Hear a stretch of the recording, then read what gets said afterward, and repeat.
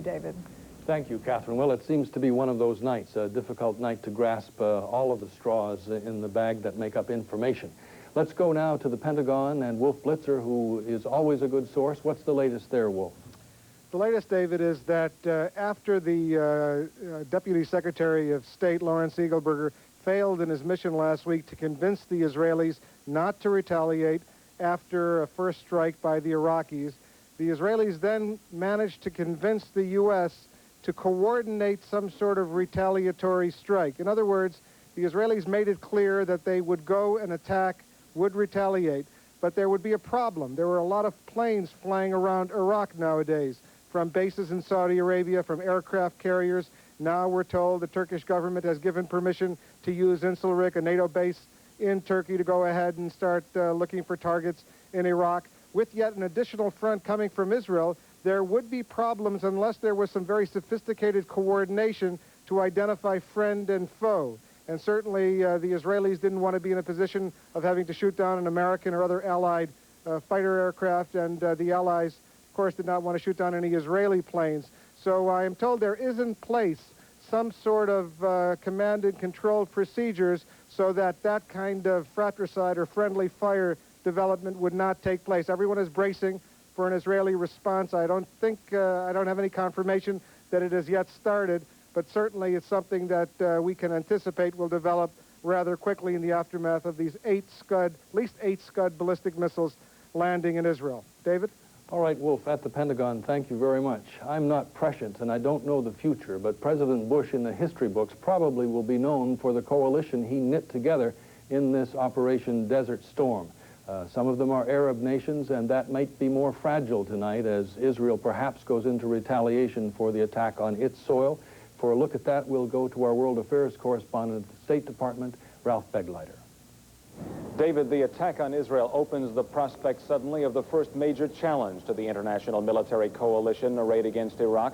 American officials have feared all along the possibility that Arab members of the coalition, including Saudi Arabia, Kuwait, Syria, and Egypt, might find themselves torn between sticking with the coalition against Iraq or joining an Arab brother nation, Iraq, in a war against Israel. Secretary of State James Baker, in a tour of the Middle East just last week, received assurances from virtually every Arab coalition member that they would remain with the coalition and would not join Iraq. Syria, however, indicated some ambivalence on the issue. Syrian officials told Baker Israel should refrain from intervening in the Gulf crisis, even if Israel were attacked. If Israel does refrain from retaliation, the implication was Syria would remain allied against Iraq. If Baker considers that assurance a positive sign, other officials don't know for sure whether Israeli retaliation might endanger the political unity of the coalition against Iraq. Syria is technically, of course, in a state of war with Israel, and its long years of anti-Israeli rhetoric might make it hard to continue fighting against an Arab nation when Israel is involved. David? Ralph, what is your best estimate of which nation is most fragile in the coalition?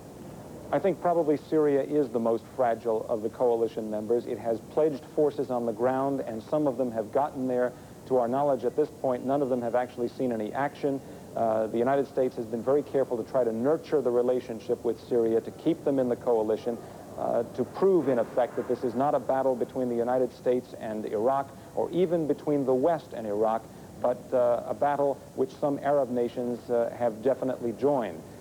If they can keep Syria on board, and this was why the effort was launched to prevent an Israeli retaliation, then that would be a major point of benefit for Secretary of State Baker and for President Bush. If Syria falls out, it would be the first major crack that would benefit Iraq. All right, Ralph, we're going now to Catherine Cryer in Atlanta. Something else has just been happening. She has that for us. Catherine. Yes, we have this just in. The Saudi Arabian city of Dhahran has apparently reportedly been hit by at least one Iraqi missile. The report comes from the Civil Defense Agency in Bahrain. At this time, we're going to go to the CNN Bureau in Jerusalem, where CNN correspondent Linda Scherzer is standing by. Linda?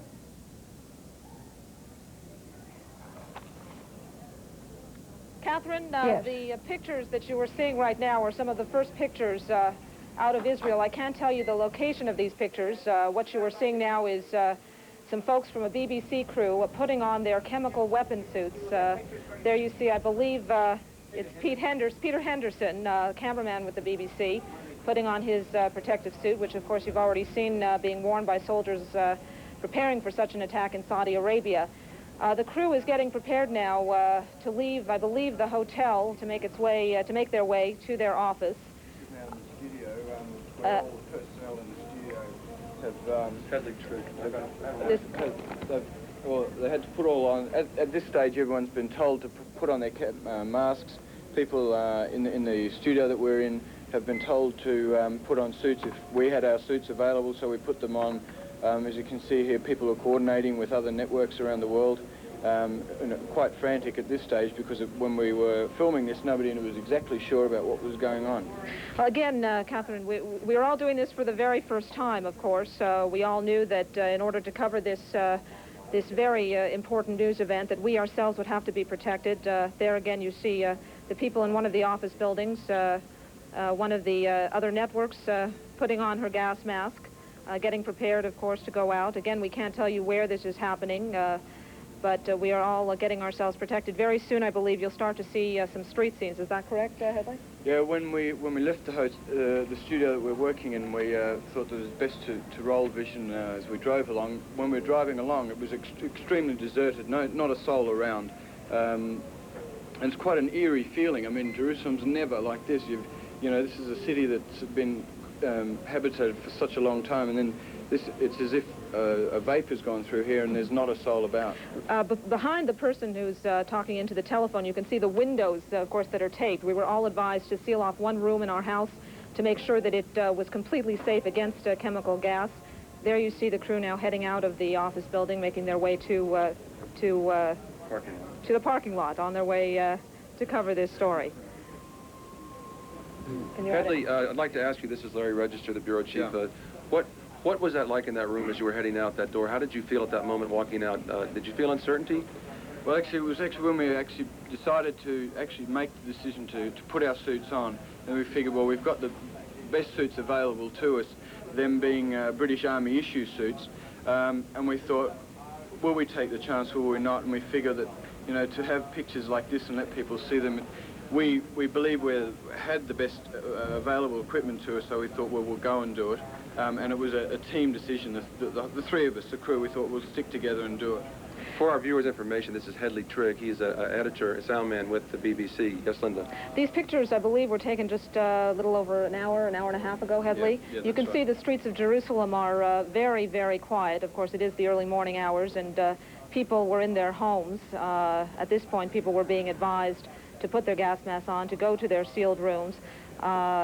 It is normally a quiet hour in this country, as it is anywhere else in the world, but it is particularly quiet, of course, because the air raid siren had sounded just a little before, and there were people coming around neighborhoods with loudspeakers telling everybody to stay off the streets, to stay in their homes, to put their gas masks on, and to be prepared for a possible chemical gas attack, which, of course, people had been preparing for several days. Linda, if I can interrupt, this is material that I shot, and as Peter was driving along, it was an amazing feeling.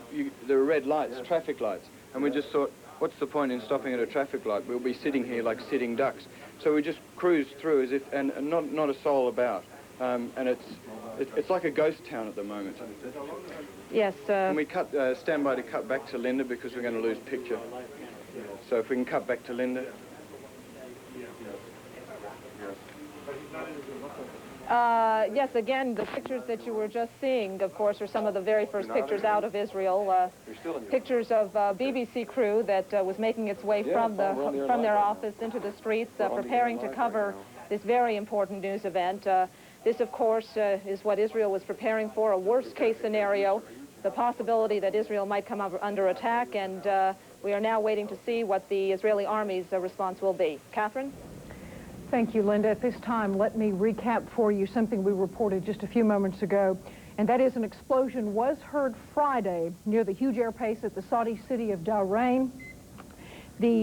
Apparently, there has been at least a single missile attack upon the city of Bahrain. Of course, reporters informed of the imminent attack in the city. We have no further details at this time. And People have been, of course, warned to go to their shelters. Again, a missile attack on Dhahran. Apparently one missile has in fact landed in that Saudi Arabian city. Now we're going to Larry King in Washington, who's standing by with a guest. Larry?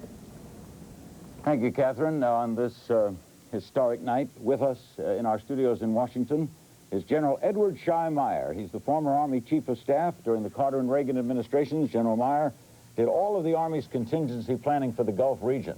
Also joining us is Colonel Sam Dickens, Air Force. He commanded a fighter squadron in the Vietnam War and was Director of Operations of the 401st Fighter Wing in Spain, and that is a unit that is now in the Gulf. Your overall reactions to the events tonight, General Meyer? Well, one of the things that we had to be concerned about as we started trying to contain the war in Iraq and Kuwait was that it didn't spread horizontally. The attack on Israel makes it possible now that the war will expand horizontally, and that means this could be a lot longer war than people anticipated Did to it start. surprise you, Colonel? No, not at all. In fact, from August 2nd on, anyone looking at it would think that the first targets that Saddam Hussein would hit would be Israel. And he trying said to it, disrupt. didn't Yes, and he said that he would, but I mean, it's logical. It's disappointing that we weren't able to get those SCUD missiles. I would have thought that with satellites that they launched a few weeks ago that they might have been able to pick them up, but this is one of those things that's happened, makes it more dicey. Okay.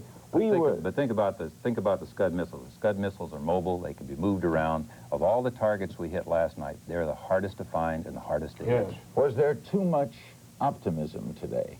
Well, General, I saw reports on some networks that Israel some felt home free. Well, of course, there was too much optimism. Just think that Secretary Cheney and also General Colin Powell warned against that optimism, and I think correctly they did so. Okay, they send out the missiles. Why couldn't they be intercepted?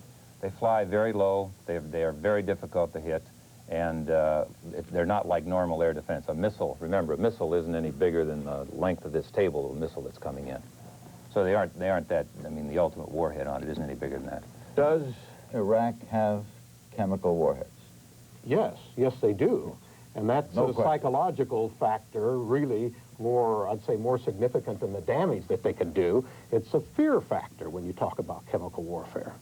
And it doesn't matter whether they're firing conventional weapons at you or chemical weapons at you. You have to assume that they're chemical. And that means you got to don all that big, heavy gear, and that means soldiers over there are going to be about 1/3 to 1/2 as effective. All right, Colonel, if Israel retaliate what? What are they going to do? What are they going to bomb that we're not bombing? Well, that's the thing. And of course, since we anticipated this from the very beginning, I would hope that we would have done all we could to control the Israelis in this circumstance. I think it's entirely possible that if the United States Air Force and the U.S. Navy could hit those launching sites now rapidly, that might be enough to hold the Israelis back. But they understand the implication for the total group, the total alliance, the coalition. All right, are they talking to each other right now? They better be talking to one another. We're likely to have real coordination problems in the area, and we're liable to have very real long-term problems throughout the whole region. If these are chemical, there's no doubt Israel going to retaliate? I don't want to put that word in. Well, if these are chemicals, I would say, and there are large numbers of casualties from it, I feel quite confident Israel will retaliate. And that, despite the fact that's always been what Israel does, that's going to create enormous problems for all of us in the Middle East. All right. This will make it last longer. Why, Colonel Dickens? Last longer? Yeah, the war lasts longer. Well, I don't think necessarily that it would, because it depends on what happens in this offensive. I don't think it changes the offensive. It puts a focus on these particular missile sites, but the offensive, the plan, is going to continue. We're going to do tonight what we were always going to do Absolutely. tonight, right? A must. That doesn't change. It doesn't change the tactics. But the reason the war might expand or might last longer is because if Israel is drawn into it and you start to get any fracturing whatsoever of the coalition, then you have the potential for having a much longer, more difficult war. We are going to take phone calls for General Meyer and Colonel Dickens. It has been 27 or 28, it's 27 hours since all of this started, and we'll hear from you. But you planned all this ground concept. You know about what happens on the ground. Yes. What is going to happen on the ground? Are we going to do anything on the ground? Well, you have really, from now on, you have three options. One is you're going to continue the bombing, and the bombing is going to be adequate to convince Saddam Hussein that he should not continue. Second, you're going to bomb and have to also bomb very heavily all the military forces along the Kuwait-Saudi Arabian border. I mean, go in and really bomb the living bejeepers out of those forces there.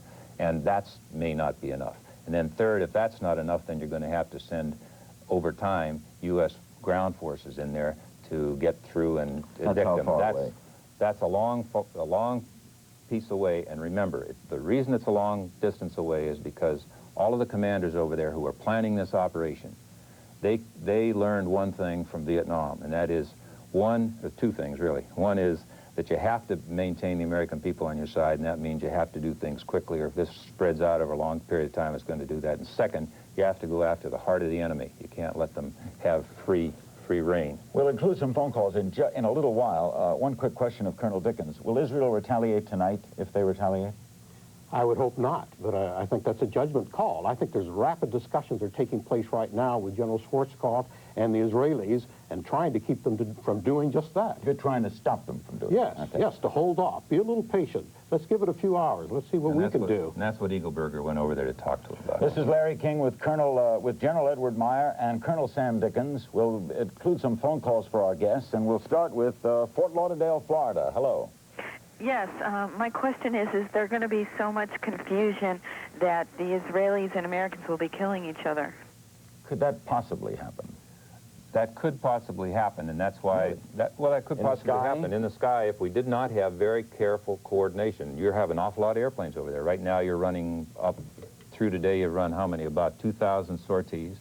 You're going to be running about 700 a day, and it has to be a very careful coordination in the area. And think that this air traffic control is a big problem with that number of sorties that are taking place. AWACS aircraft are controlling them. If the Israelis then start launching aircraft, then there's a confusion. Are they aircraft from Iraq that have somehow escaped our attention? It's all being carefully orchestrated, so it presents a dangerous situation if they start flying. And Israel goes over Jordan, right? But let's first go to Atlanta. She's got some information on doings in Saudi Arabia. Here's Catherine Cryer. Kathy? Thanks, Larry. We have conflicting reports on events that have been occurring in Dhahran, Saudi Arabia, and we now have on the line Terry Frieden, CNN's Terry Frieden. Terry, can you give us a report on what's happening there? Yes, I can tell you that at the moment I'm in the command center of the bomb shelter in the hotel where we are currently operating. We have reported incorrectly that a missile had landed in this vicinity. In fact, I am advised by both Saudi and U.S. military officials who are surrounding me at the moment that there was no incoming missile, that the explosions that we heard were in fact noise from air defense systems, that there were air defense missiles of one kind or another that had been launched. That was what the noise that was heard. There was great concern and fear that there had been some kind of surface-to-surface missile that had landed in our area. That is not the fact. And I just wanted to make sure, and the folks that are both officials from both the U.S. and Saudi government want to make sure that people understand that there has not been an attack in our region. Terry, there apparently also was a conflicting report that possibly an incoming SCUD had been intercepted by a Patriot missile. Could that have been the case? That apparently was not the case. There apparently was no missile launched here, and there was no missile intercepted. Based on the information that we have from U.S. And Saudi military officials both, there have been no missile launches into Saudi Arabia tonight. There have been, as you know, launches into Israel. The first time that the reports came in of the missiles being launched into Israel, the sirens sounded, the alarm sounded, and we were all rushed here to the basement, to the bomb shelter, for fear that there might also be missiles launched into Saudi Arabia at that time. There were not. We returned to our post. CD Jaco was about to go live, and we got a scare when we heard the explosions. Some people speculated that there had been a missile launch. Indeed, that was not the case. And as soon as they release us from the bomb shelter where we're at, we'll be able to go up, and CD Jaco should be able to continue live reports. Well, thank you, Terry. We'll certainly get back to you then. At this time, we have Richard Roth on the phone with us from Tel Aviv. Richard? Yes, everyone is still okay here in Tel Aviv on the sealed room in a hotel by the water that we're in. The Israeli military is still apparently trying to determine what kind of missiles, what kind of warheads were used in this attack on the Jewish state. An announcer came on television about 15 minutes ago to say that everyone should still stay indoors. Several cities are still urged to have everyone wear their gas masks. People have sealed up rooms and put soaking rags under doors and things like that. You never know who you'll run into in a bomb shelter. With me, one of the people here among the journalists, Zubin Mehta, music director of the New York Philharmonic and the Israeli Philharmonic, who a few days ago, instead of returning to New York for a rehearsal and concerts, decided to fly here to a country which he has many close ties with. I'm going to put him on and maybe describe the atmosphere he's found here in this sort of sealed room bomb shelter we're in. Zubin? Hello? Yes, Mr. Mehta. Thanks for joining us. Well, the spirit is very high and very quiet, no panic. The entire staff and clientele of the Hilton Hotel is in one corridor on the 6th floor, and there have been exercises of putting on and off the masks as the Israeli radio sort of advises us, and the entire country is sort of on one discipline. And as usual in Israel, in a state of conflict, discipline is optimum. Let me ask you, when you returned to Israel after reports of the day's bombing, were you surprised at the events this evening? They're asking if you were surprised at the events today. There was some conjecture that the Iraqis might let off one or two in desperation. And in Israel, we find that whatever rumor flies around during the day usually comes to pass at night. At this point in time, Mr. Mehta, what would you like to see the Israeli government do in response? Well, they're in such close contact with the Americans, I think they better be, at this moment, under the American umbrella. I don't think maverick action would be too beneficial. Thank you very much again for joining us, Zubin Mehta, Richard Roth. At this time, let's go to Linda Scherzer, who's standing by in Jerusalem. Linda? Catherine, I just wanted to update the situation. We have just heard on Israel radio that the Army has said that the entire country can take off its gas mask. That is according to Israel radio. We are told that the Chief of Staff of the Army, Dan Shomron, and Defense Minister Aarons, as well as a number of other defense officials, are right now conferring in a situation room somewhere in Israel, obviously deciding what will be the response of the Israeli Defense Forces. That is what I can tell you at this point, except that the Army wants us to tell you that the situation is under control. Catherine? Linda, do you have any idea what is dictating that kind of message to the Israeli people when the decision is made it's all right to take off gas masks, when they're obviously not concerned that there's an incoming attack at this point in time? Well, it's difficult to say from where I'm standing. I will tell you, though, that in the past number of days, there has been certainly a call-up of civil defense workers, people whose job it is to go out into the streets to be able to identify what may be in the air, what chemicals, and to let the people know what it is that they may have to fear. So they certainly have the situation under control, know exactly what they're looking for, and if Israel radio is reporting that the situation is under control, then I feel confident in telling you that it is. Thank you, Linda Scherzer in Jerusalem. We will, of course, be checking back with you during the evening, and our live coverage of the war in the Gulf continues after this.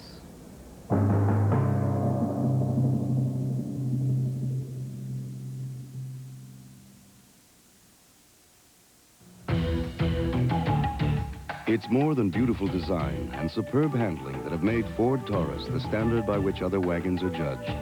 It's every detail right down to safety features like available anti-lock brakes and a standard driver's airbag with your safety belts. Because we believe that everything we put into Taurus wagon should demonstrate our concern for everything you'll put into Taurus wagon. Have you driven a Ford lately? Freedom's the one. Only one gum passes the test when you've got dental work, and that's Freedent. Freedent won't stick to your dental work, so you can be confident chewing it. And because it also moistens your mouth and freshens your breath, Freedent's in a class by itself. Freedent's the one that took the stick out of gum, and Freedent moistens your mouth. Yeah, moistens your mouth and freshens your breath while you chew. Non-stick Stick Freedent. Moistens your mouth and freshens your breath. These days, there are more pain relievers than ever. But last year, more people switched to Tylenol gel caps than any other. Why should you switch? All the extra strength pain relief of gel caps has been concentrated, then covered by a smooth gelatin coating, which makes them so easy to swallow. Extra strength Tylenol gel caps. Concentrated, powerful, easy to swallow. Join the switch to Tylenol gel caps. Somewhere, special memories are waiting for you. Between a smile and a laugh, somewhere. Somewhere your dreams can come true. Somewhere between the sky and the sea, between the night and the stars. Somewhere, only on Princess, because it's more than a cruise. It's the Love Boat.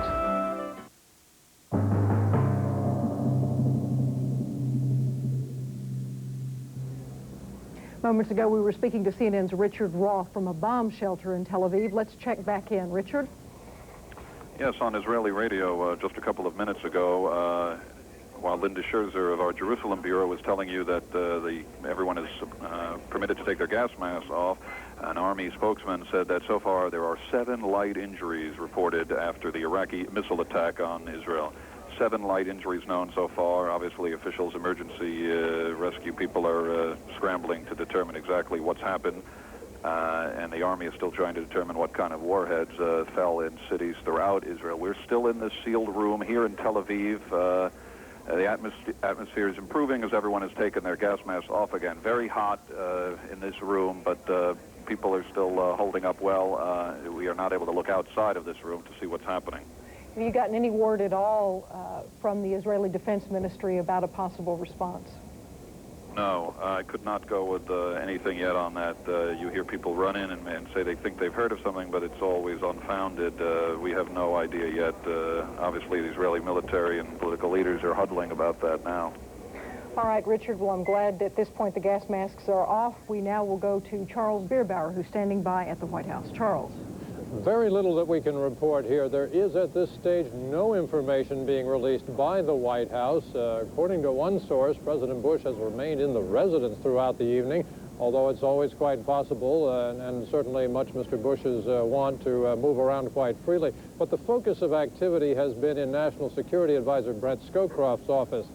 We do know that Secretary of State Baker has been over here. I'm told that perhaps his deputy, Mr. Eagleberger, as well, the Chief of Staff, John Sununu. There has been a lot of activity there. In fact, I was in Marlin Fitzwater's office when the first word about this attack came out, now more than 2 hours ago.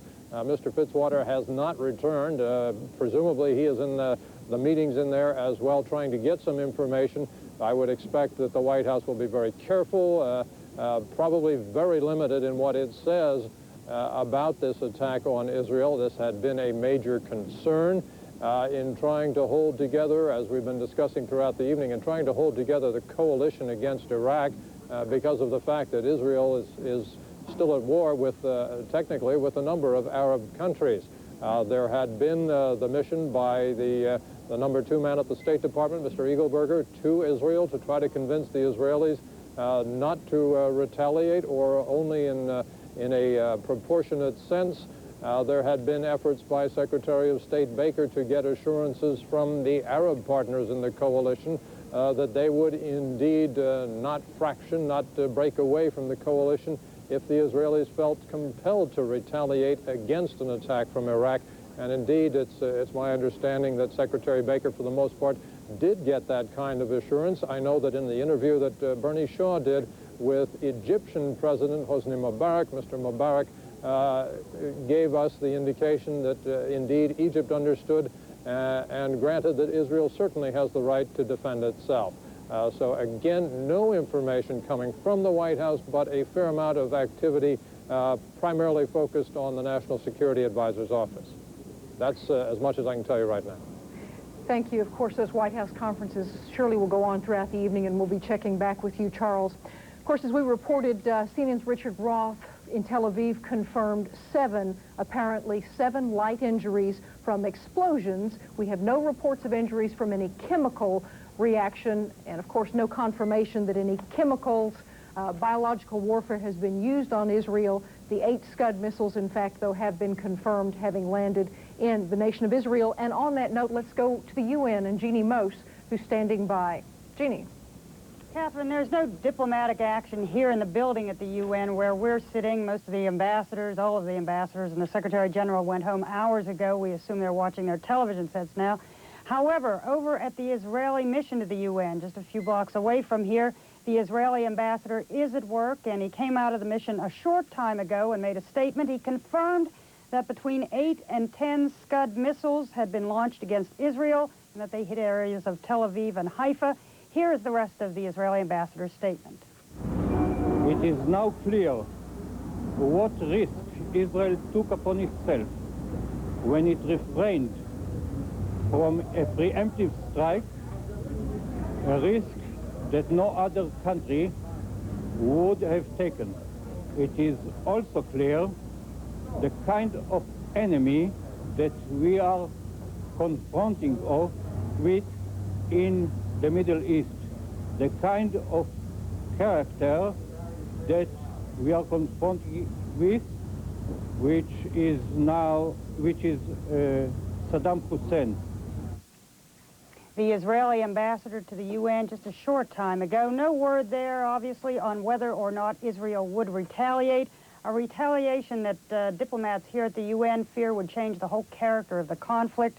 Would Arab nations aligned against Iraq stay aligned if it meant seeming to be on the same side as Israel? U.S. officials feel that countries like Saudi Arabia and Egypt would stick with the U.S.-led coalition. Syria is more of a question mark, but there is no question in anyone's mind that it would certainly complicate matters. I'm Jeannie Mose reporting live from the United Nations. Jeannie, before you go, what about Jordan? Jordan has indicated that if its airspace was violated, it would have to respond.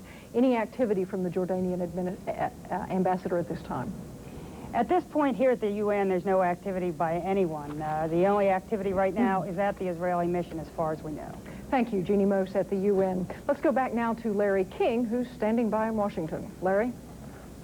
Thanks, Catherine. With us, and we'll reintroduce him if you just joined us, General Edward Meyer, retired, former Army Chief of Staff during the Carter and Reagan administrations, a major in the Army. Meyer did all of the Army's contingency planning for the Gulf region. And Colonel Sam Dickens, also retired Air Force, commanded a fighter squadron in the Vietnam War and was director of operations of the 401st Fighter Wing in Spain, a unit that is now in the Gulf. That's encouraging, isn't it, General Meyer? By encouraging, only 7 light injuries? Yeah, that's amazing to realize that they've been able to accept 7 to 10 SCUD missiles in that area and have that few casualties. And that makes it possible, if it's that light of casualties, that the Israelis may be willing to withhold a retaliatory strike. Did you read anything from the ambassador's statement that might tell us they would withhold? No, there's a sort of a hint that their restraint, that kind of an enemy, that sort of senses that might lead to that. I also think it tells us that the SCUD missiles aren't that accurate. If they're launching them at some specific targets, and they come up with a few light injuries, which I hope is true, well, then I think the Israelis will use the proper judgment. And not chemical, from what we know, not chemical if we only have 7 light. Yeah. You said something, and I said, hold it till we got on, because I want to hear it. Let everybody hear it together. You said if the timing of this was going to happen, this was good timing. Yeah, this was good timing for them because you didn't have Israelis out in the street. They weren't around at their workplaces and so on. They were all isolated in their homes and so on, so that 1, if there were chemicals, you had a best chance of surviving it. 2, if it were conventional, you had the chance for the least number of casualties because you didn't have large number of Israelis out in unprotected areas. They're in their homes and they're best protected there. Air power-wise, Colonel Dickens, what kind of enemy is this? When we're talking about Iraq, well, we really don't know yet. But when you think that this attack has been going on for more than a day, and there really hasn't been the response, either they're not prepared to respond, or else our planning, our work, our coordination that's been done so skillfully that we've cratered the runways that they can't take off, we've destroyed their capability to get their forces airborne. There was a report about a number of aircraft going north, whatever that meant, because, of course, if we're cratering runways, we'd be cratering runways in the northern part of the country. It's very, very strange, but at the same time, I don't think there should be any sense of euphoria about all of this. Let's be patient. This might have been, though, General Meyer, a weak pop gun then tonight, right? Yes. This is sort of this is the youth. Exactly. This is Saddam Hussein said, "I'm going to fire on the Israelis." He will carry out his word. I mean, he's done that consistently. So he fired on the He fired on the Israelis. He did not lie to his people. So I mean, this is very important to him in his relationship with his country. But it is a very, very weak pop gun. How long does the bombing go on, Colonel? How long do we keep this up? Oh, I think when we talk about that, we have to look at their response and our ability to knock out all their offensive capabilities, which what's happened today, at least it shows that we haven't done that. So there shouldn't be a hurry. The time is not a military time problem as far as I can see. It's a political problem of how long we can go. You know, how long we can keep on the bombing and whether we can hold the coalition together. What is the reaction of people is how long all this is taking. But it seems to me with the sorties that are being generated, we should be able to go ahead and knock out as much of their capability as possible from the air. Can bombing win a war? Well, it's never done it in the past. But there are some other decisions that could be made. We don't know about Saddam Hussein. We don't know that his forces might decide, his military leaders may say, this is crazy. We can't win. They may decide to get rid of him. He's gotten rid of enough of his military leaders. That's something that the military can't count on, of course.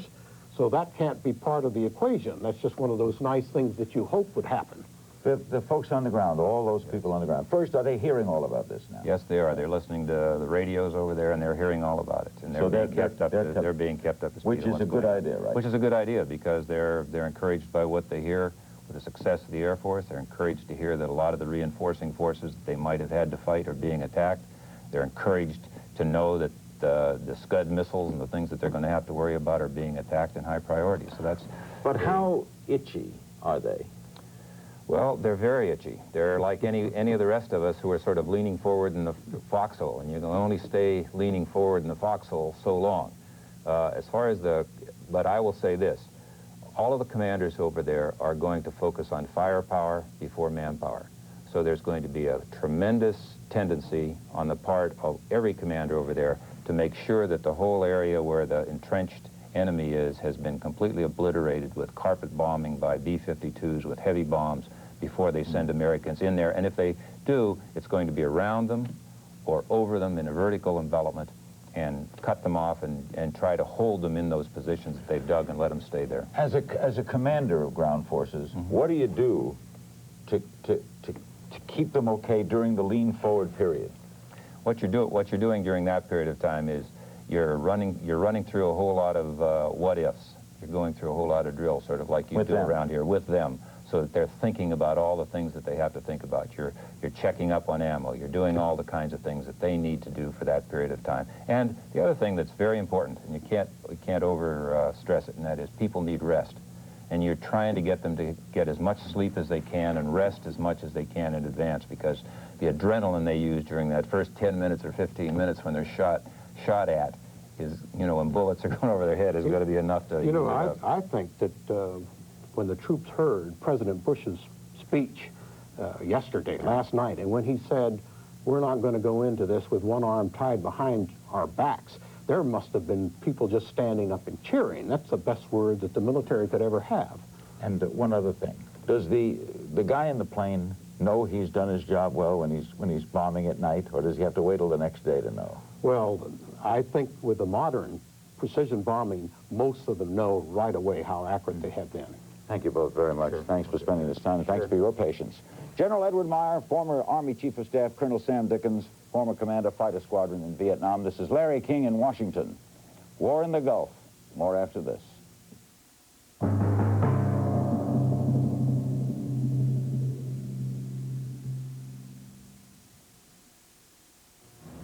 Well, this doesn't look very interesting. I mean, I thought you'd have me try something a little fancier, maybe with nuts and fruit cocktail. These are nothing but flakes. It isn't at all what I expected. I like it. Oh, I get it. It's a whole New kind of cereal. Simple and back to basics, right? I like it. Kellogg's Cornflakes. Cornflakes? Taste them again for the first time. Freedent's the one. Only one gum passes the test when you've got dental work, and that's Freedent. Freedent won't stick to your dental work, so you can be confident chewing it. And because it also moistens your mouth and freshens your breath, Freedent's in a class by itself. Freedent's the one that's just a stick out of gum, and Freedent moistens your mouth. Yeah, moistens your mouth and freshens your breath while you chew. Non-stick Freedent moistens your mouth and freshens your breath. This is the sound of Unisom, the sound of sleep. With Unisom, you hit your pillow and fall asleep fast. Tonight, you can sleep more soundly with Unisom, America's #1 sleep aid. Bengay welcomes back all the people who tried one of those other pain relievers, but found that for them, nothing works better than Bengay. It warms away pain with 2 pain relievers, not just 1. Welcome back to Bengay, America's best-selling pain relief rub. Now at TCBY, you can enjoy the Ultra Slim Fast plan with delicious TCBY non-fat frozen yogurt.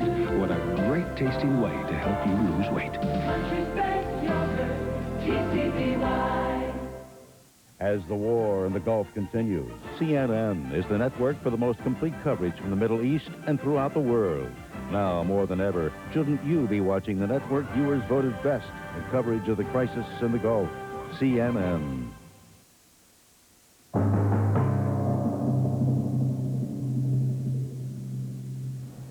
CNN's military affairs correspondent Wolf Blitzer has just exited a military briefing at the Pentagon. Wolf, what can you tell us? Catherine, a Pentagon official told reporters here only a few moments ago that the best information the U.S. now has is that 7 SCUD missiles were tracked coming toward Israel. Earlier we reported that there may have been 8. Pentagon now says that the U.S. has information that 7 SCUD missiles were tracked toward Israel.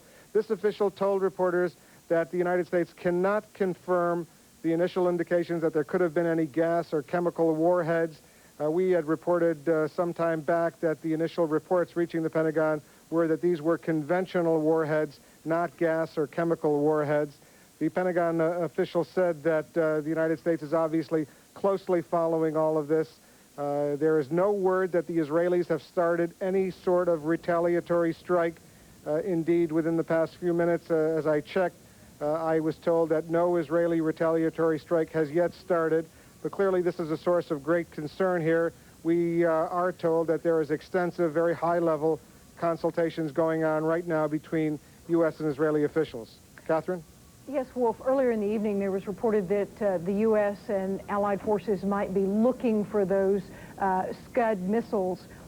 Wolf, at this time, let me interrupt. We're going to go to Charles Bierbauer, who's standing by at the White House. Charles. Catherine, the White House has just issued a statement from Press Secretary Fitzwater's office. It's very short. I'll read it to you. The Department of Defense has confirmed the firing of missiles from Iraq into Israel and Saudi Arabia. Damage assessments are now being made. President Bush was informed of this action by National Security Advisor Brent Scowcroft earlier this evening. The President has also discussed the matter with Secretary of State Baker and with Secretary of Defense Cheney.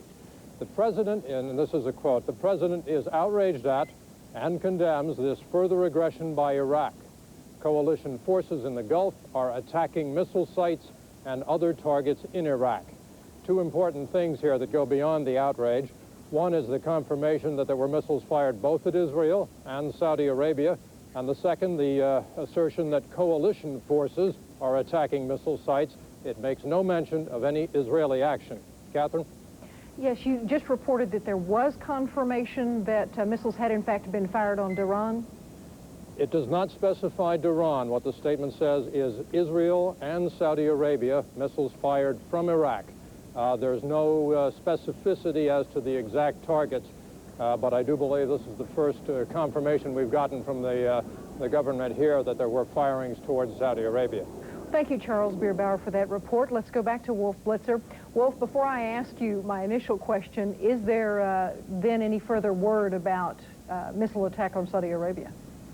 We have no confirmation here at the Pentagon that any of these SCUD missiles were fired at Saudi Arabia. That is obviously coming out of the White House. What is also apparent here, though, Catherine, at the Pentagon, is that one or two of the missiles that were fired at Israel may have landed, gone beyond Israel, and may have landed in the Mediterranean. Not all of them landed in Israel. Two are believed to have landed south of Tel Aviv, the largest city in Israel. Two are believed to have landed in Haifa, Israel's major port on the Mediterranean. One in a rural, unpopulated area. And one or two may have landed in the Mediterranean. These missiles are not known as being all that accurate. But clearly, the Pentagon is carefully following what's going on. Officials who spent the night here last night, all of the night, were planning on going home. Many of them have returned now with a change of clothes. They're planning on spending yet another long night here at the Pentagon. Wolf, my question before going to Charles, did the U.S. seem to have pinpointed at all the location of the firings of these Scud missiles, or do they anticipate they were all mobile Scuds that were being moved and hidden throughout Iraq? Well, yesterday we were led to believe that all of the fixed-site Scud ballistic missiles in Iraq had been taken out.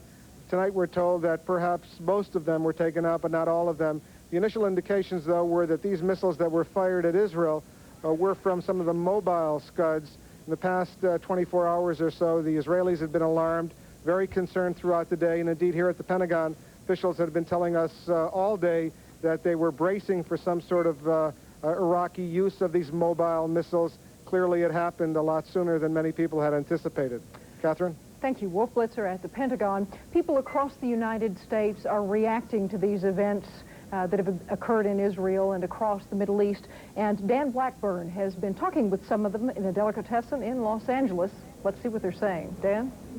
Well, Catherine, more than 500,000 Jews live in this area of Los Angeles, and it's safe to say that most of them have either friends or relatives or both currently in Israel. So, the developments of the last few hours have struck a very responsive chord here. People have kept track of what's been happening by watching television, as have people all across this country and across the world. They have gone to pray, they have talked on street corners, they have gathered wherever they could, not only to talk to each other, but also voice to us some of their views. Israel has to respond. Israel must react immediately.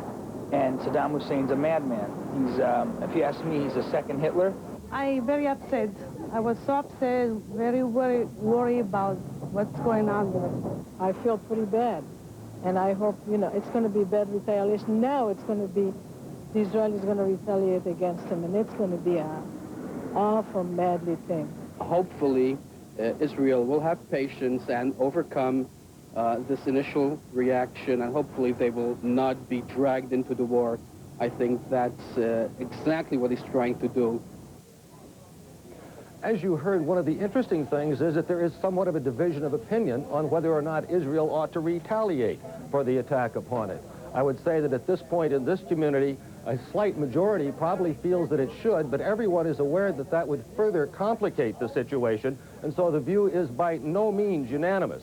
What is unanimous is a feeling of deep concern, serious anxiety, and worry about not only what will happen to friends and relatives, but generally what will happen next. In that regard, of course, their views reflect those of all the people, not only in this country but elsewhere as well, as they watch and wait to see what further developments will take place. It is clear here that there is a large degree of anger as well directed at Saddam Hussein. This is a man whom these people feel they have long had some acquaintance with, and they have very little tolerance or patience for him. The question in many minds now here is whether or not Israel itself will respond. At this point, there seems to be some feeling of relief that Israel has not as yet done so, but everyone, like everyone else, here in this large, and very active Jewish community is simply very much taking a wait-and-see and fingers-crossed attitude. Dan Blackburn, CNN Live in Los Angeles. Thank you, Dan. And the nation they're concerned about, Israel. Let's go back to Richard Roth, who's standing by on the phone in Tel Aviv. Richard? An Israeli defense spokesman, Ahmed Shai, is now talking on nationwide television, answering questions. He is saying that the state of emergency has been raised one step higher here. Naturally, everyone ordered to stay indoors. Israel confirming the Pentagon report that at this moment they're saying that the explosions were of a conventional nature, and that so far they have not been able to detect that there were chemical weapons used. Everyone is urged to stay at home and listen to the radio. The Defense Ministry spokesman saying this shows that the preparations that we participated in, that we did for the last few weeks, were worthwhile, that the population was ready to handle this emergency this morning. The Israeli military spokesman saying that he believes that the missiles fired were those mobile ground-to-ground SCUD missile variety. He has said that as best as he can tell right now, and best as he is allowed to say, that the explosions, he said, were from small bombs, but he said he was not able to go into further detail at the moment. He will later in the day. Israeli officials have been bracing for something for the last 2 days. At last night's briefing, the ministry spokesman said that they thought there would be something from Iraq because Saddam had, quote, a bad day yesterday. And right now we're still in this sealed-up room. We have our gas masks off. Everyone in Israel has been urged now to take them off, at least for the moment. And the military spokesman is still briefing the nation on what happened here. Thank you, Richard. We will be back with you for continuing updates throughout the evening. And when we return, we'll return to David French in Washington, who has some guests standing by when our live coverage of the war in the Gulf continues.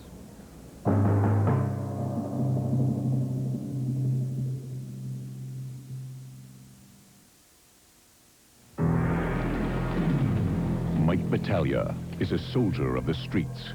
Brutal. Respected.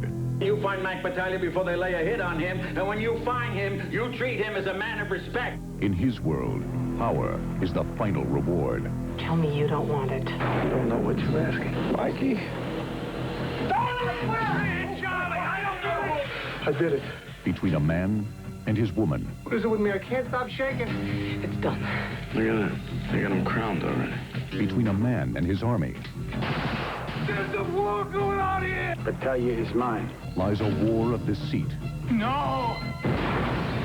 I'm gonna make them regret the day they were born! You lost right out, Mikey. John Turturro, Catherine Borowitz, Dennis Farina, Peter Boyle, and also starring Rod Steiger. Men of Respect, a William Wiley film rated R. Starts Friday at select theaters. With so many pet foods to choose from, which one do you trust to keep your pet healthy? Listen to the following message, and I'll be back with an important free offer. A lot of pet foods promise good health, but just one has the unsurpassed nutrition, quality ingredients, and proven performance that is recommended by veterinarians for good health above all the rest. Hill's Science Diet. Science Diet is recommended by veterinarians 3-to-1 over any other brand, and fed by most veterinarians to their own pets. Science Diet, because the first choice of veterinarians should be your choice, too. I'd like to send you a free sample of the food veterinarians recommend 3-to-1 over any other. Science Diet. Call 1-800-482-3800 and receive this free sample pack with canine or feline formula.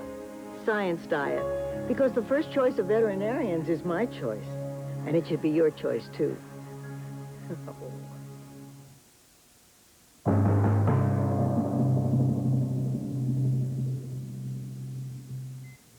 It's Friday morning in Baghdad, Iraq, coming up on 9 after 6 in the morning, about an hour more to sunlight.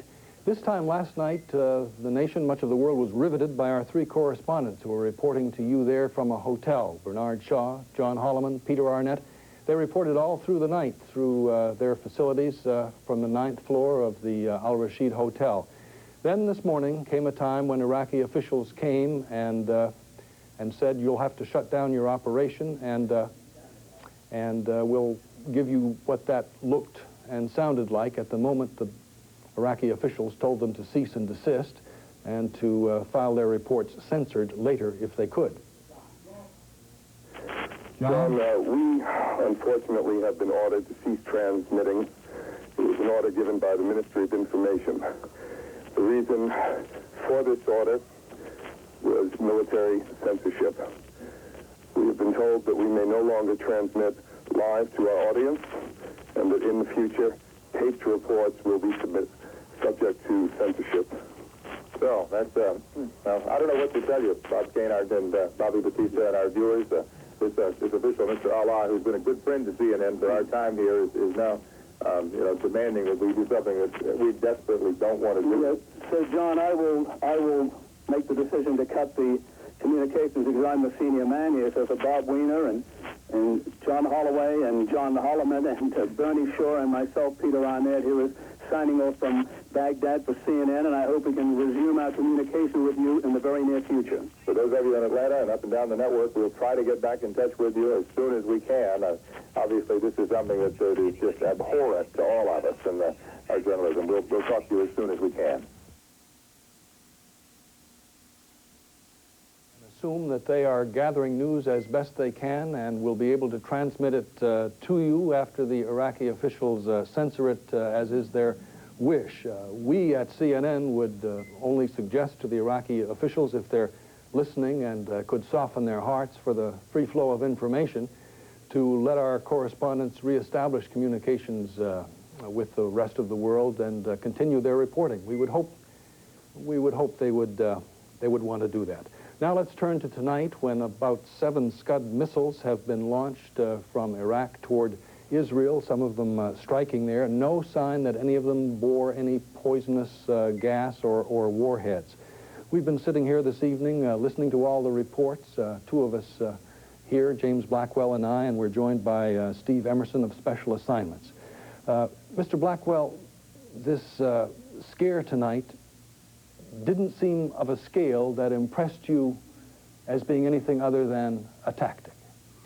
Well, I think it was a desperation move. If Saddam Hussein had a significant number of Scud missiles remaining after the initial attacks yesterday and last night, it would have made more military sense for him to have gone after operational targets in the forces that threatened him in Saudi Arabia, marshaling against him.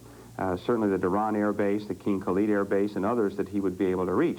He didn't do that. He used them as terror weapons against Israel. That was an act of desperation.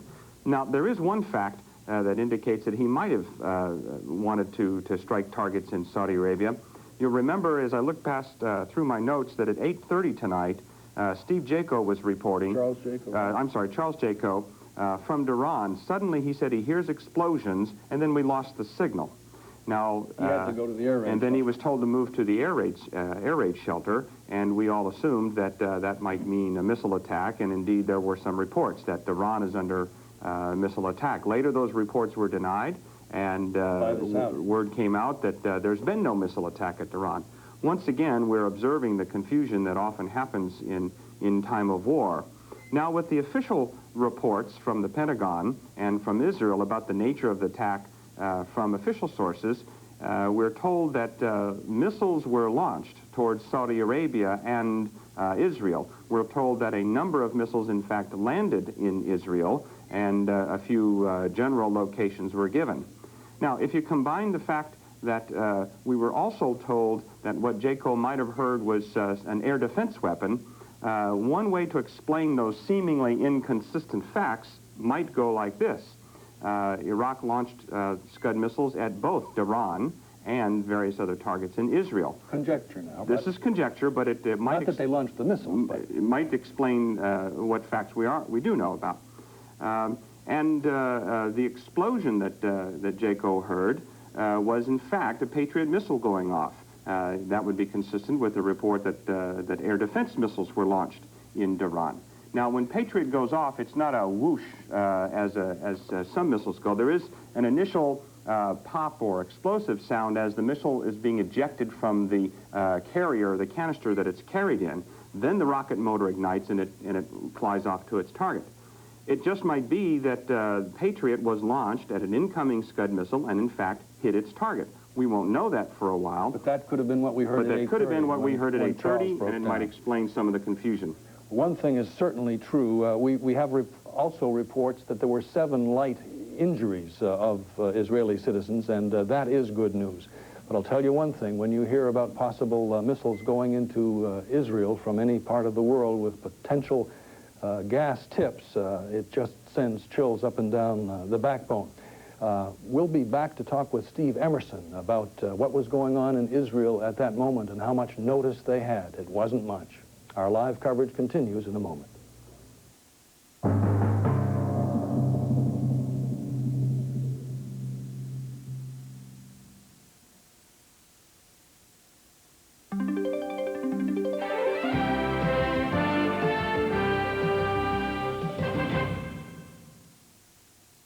I watched what I ate, worked out on my Easy Glider, and lost 75 pounds. This is actual footage of Keith's home video showing his dramatic weight loss. All across America, people have found that 20 minutes every other day works to firm all major muscle groups and helps to lose weight aerobically. I'm using my arms, my shoulder, my back, my tummy, my thighs, my legs. I get it all. Dual resistance allows you to adjust tension for both legs and upper body. I have tried bikes, jogging, even racquetball, and Easy Glider is definitely the best. And this handsome unit folds down quickly for easy storage. Call toll-free like I did to shape up and slim down with Easy Glider.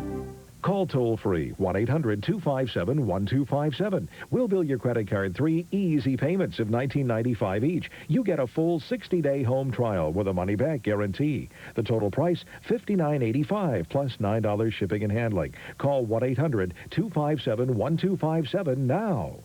I have a headache. I have a bad headache. I can't think. I can't concentrate. I feel pain. Today, Michael Farbstein is trying extra-strength Tylenol gel caps. For pain like his, why take aspirin or ibuprofen when nothing works better than Tylenol gel caps? My headache is 100% gone. I feel great. I can think. I can concentrate. I can do what I have to do. Tylenol gel caps really did the job. Tylenol gel caps, only from Tylenol. For everyday pain, nothing works better. I watched what I ate, worked out on my Easy Glider, and lost 75 pounds. Some say it's the #1 fitness exercise. Just 20 minutes every other day firms all major muscle groups. It's just a tremendous workout. Dual resistance allows you to adjust tension for both legs and upper body. The bikes only work on certain parts of your body. Easy Glider works on all over. And this handsome unit folds down quickly for easy storage. Shape up and slim down with Easy Glider. This is CNN.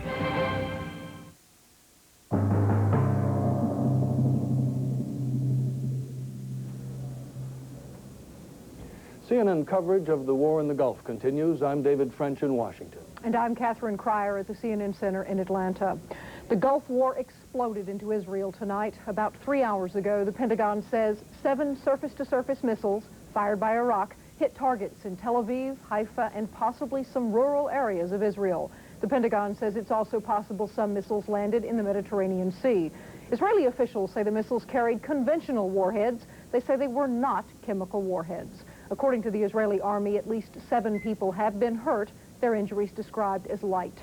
Right now, it's unclear if Israel is retaliating. Also tonight, confusion about a possible missile attack on Saudi Arabia. Air raid sirens blared in Dhahran in eastern Saudi Arabia, and there was concern it might also be an Iraqi missile attack.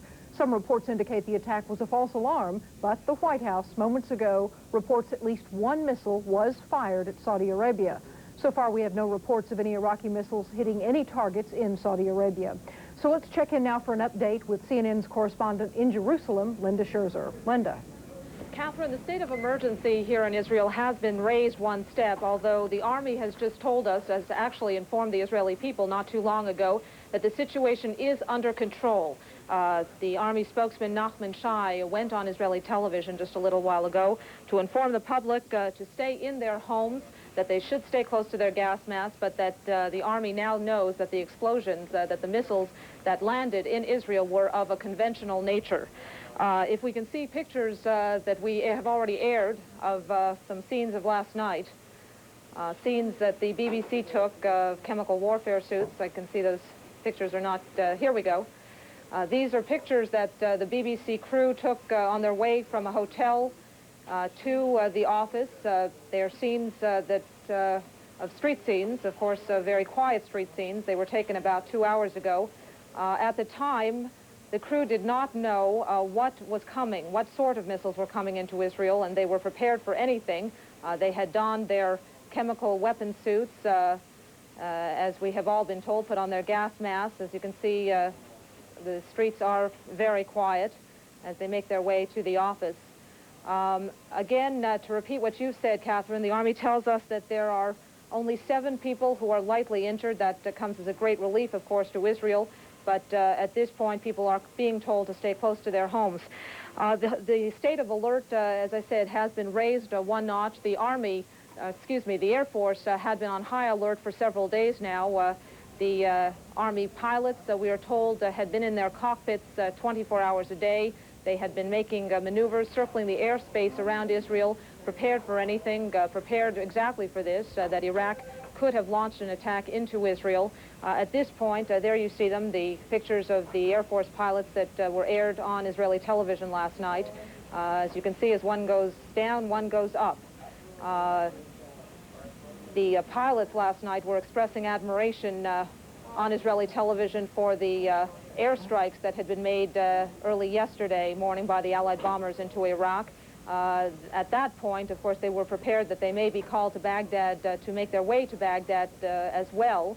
At this point, we know that the Army is having high-level consultations, that the Chief of Staff, Don Shomron, the Defense Minister, Moshe Arens, and other defense officials are conferring as to what exactly the response of Israel should be. At this point, we are just waiting word as the rest of the world is. Catherine?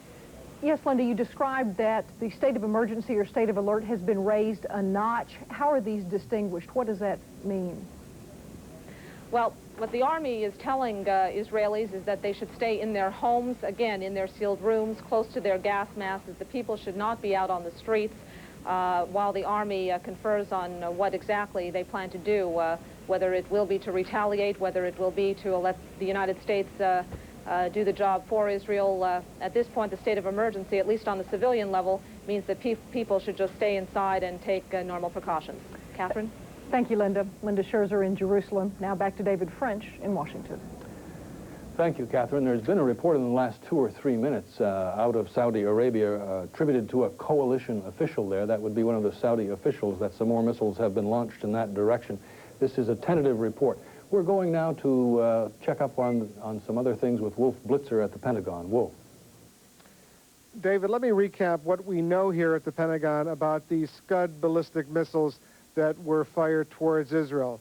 Pentagon officials tell reporters here that the U.S. tracked 7 SCUD missiles coming towards Israel.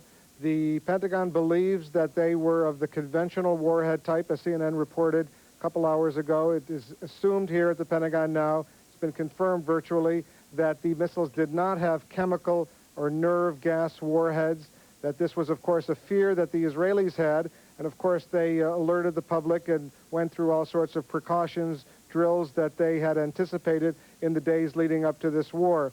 But the word here at the Pentagon, as we've been reporting now for some time, is that the missiles apparently were conventional warheads. 2 are believed to have landed south of Tel Aviv along the coast of Israel, 2 in the Haifa area.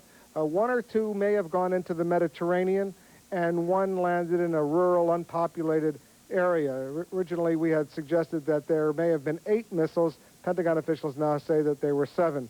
As of this moment, we have no indication that the Israeli Air Force or any other elements of the Israeli military have started any military retaliatory strike.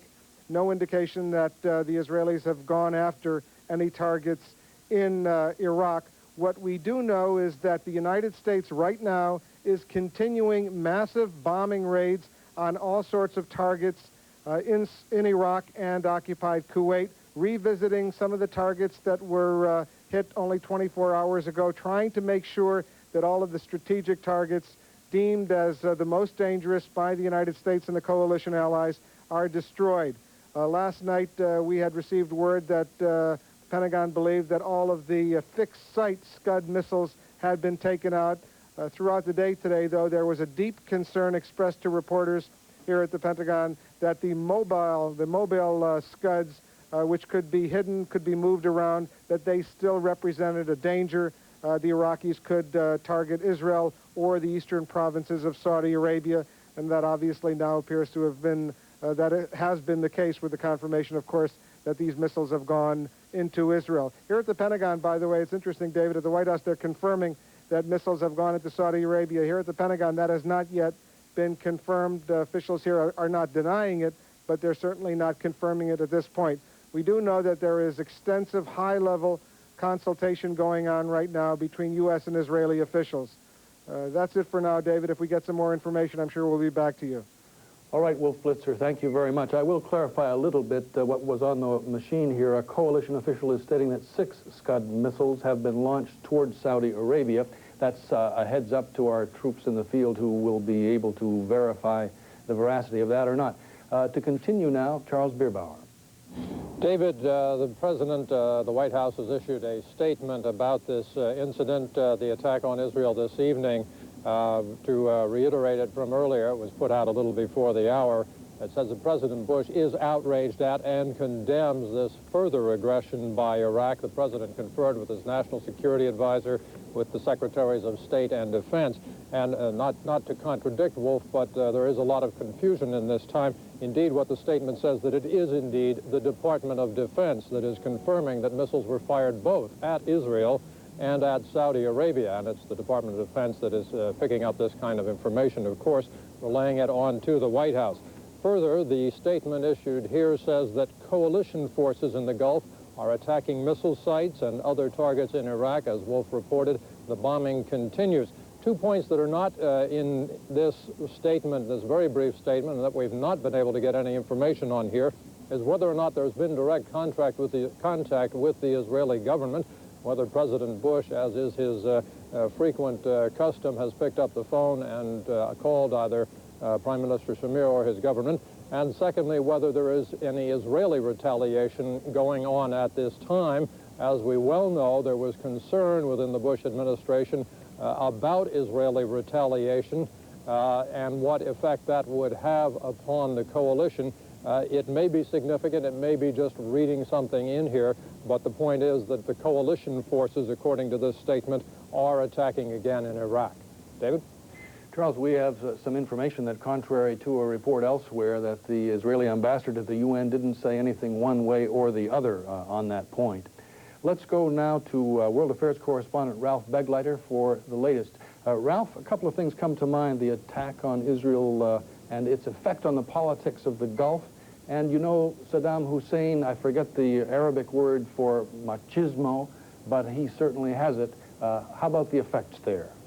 Well, first of all, David, let me fill in one of the blanks that Charles was alluding to a moment ago. Secretary of State James Baker telephoned Israel's ambassador to the United States, Salman Shoval, tonight after Baker met at the White House with President Bush.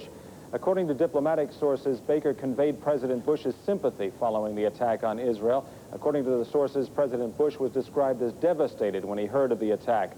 Sources say Baker asked Shoval to convey to the Israeli government the U.S. desire that Israel refrain from becoming involved in the fighting against Iraq, to prevent the Gulf crisis from becoming an Arab-Israeli conflict with wider consequences. Israeli diplomatic sources say the ambassador promised to convey the message, but responded that Israel reserves the right to defend itself. Secretary of State Baker also spoke tonight from the White House with Arab ambassadors from Syria, Saudi Arabia, and Egypt about the attack on Israel. Aides to Baker declined to comment on details of the conversations with the Arab ambassadors, but Baker is concerned about the possibility that Israeli intervention against Iraq could threaten the political strength of the coalition. Key Baker aides who supervise Middle East issues have been called back to the State Department tonight in the wake of the attack on Israel, because of the complications it could create in the politics of the Gulf crisis.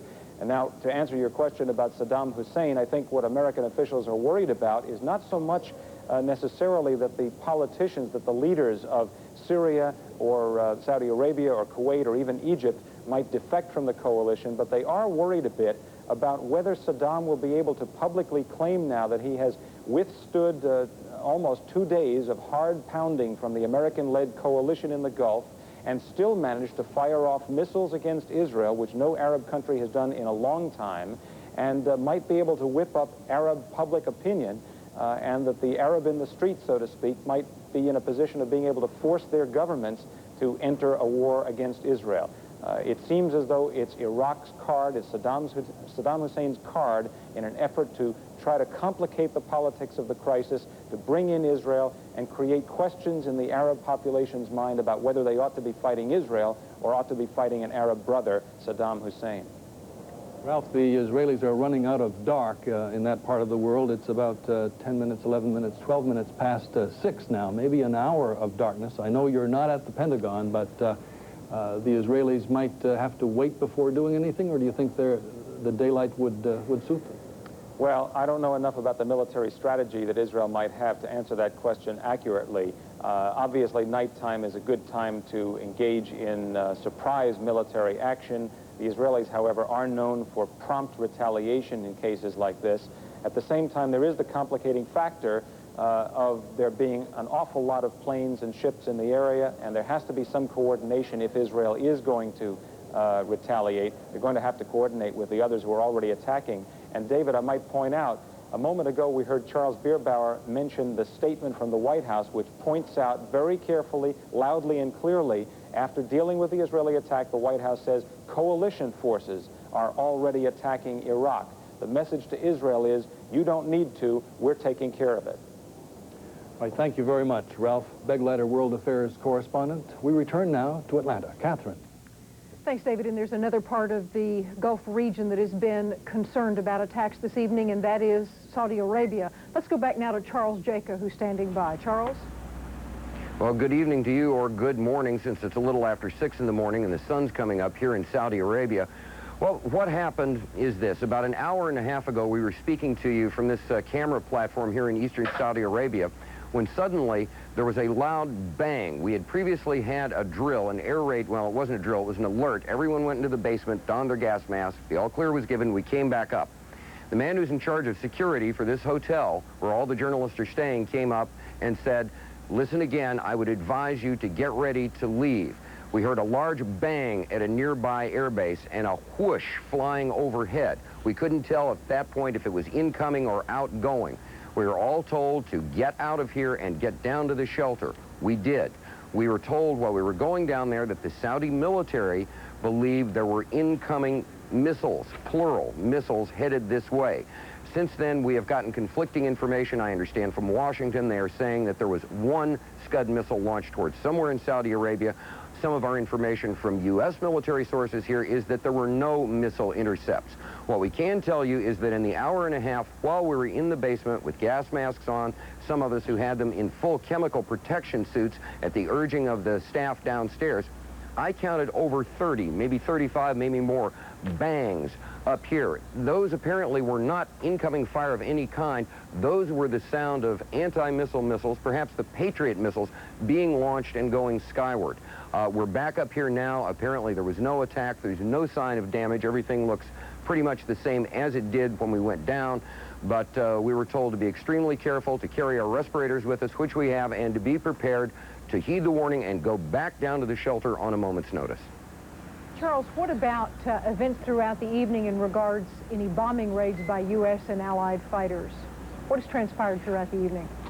We're not really sure, since we literally just emerged from the shelter a few minutes ago. From what we were able to hear on shortwave radios in the shelter and what we've been able to hear on CNN while we were waiting, we're assuming that raids continued throughout the evening, especially in light of the apparent SCUD missile attack against Israel. We have no hard information on that here. We certainly didn't have any chance to see or hear any jets taking off while we were downstairs.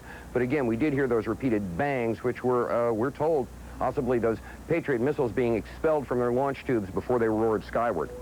Thank you. Charles Jacob reporting from Saudi Arabia. Back to David French in Washington. And Catherine, that's some of what Charles Blackwell was telling us in his conjecture not long ago, apparently being sort of confirmed by Charles Jacob for us. Our coverage of war in the Gulf continues after this.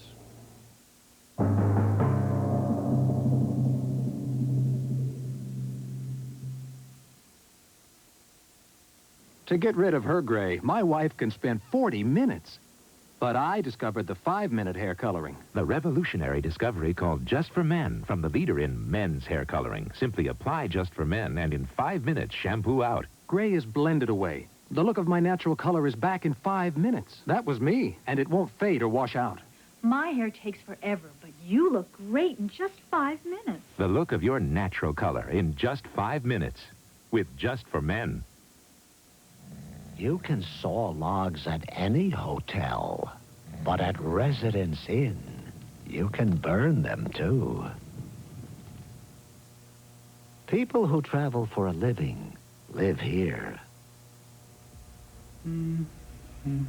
At Residence Inn, we've made room service available 24 hours a day. People who travel for a living live here. 2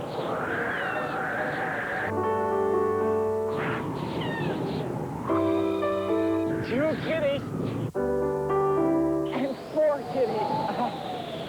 Oh, boy. When it's cold and rough outside, try something warm and creamy inside.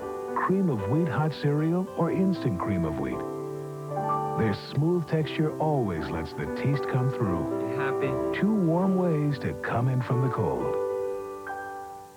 I have a horrible sinus headache. There's pounding, there's pressure, there's pain. Today, Linda Clark is trying Tylenol Sinus. Tylenol Sinus took away the pressure. It took away the pain. It took away the pounding. I like that it's a Tylenol product. I trust that name. Tylenol Sinus, the strength you need from the name you trust. And now look for new Tylenol Sinus gel caps. Maximum strength, concentrated, and gelatin coated so they're easy to swallow. Only from Tylenol, the first sinus gel cap.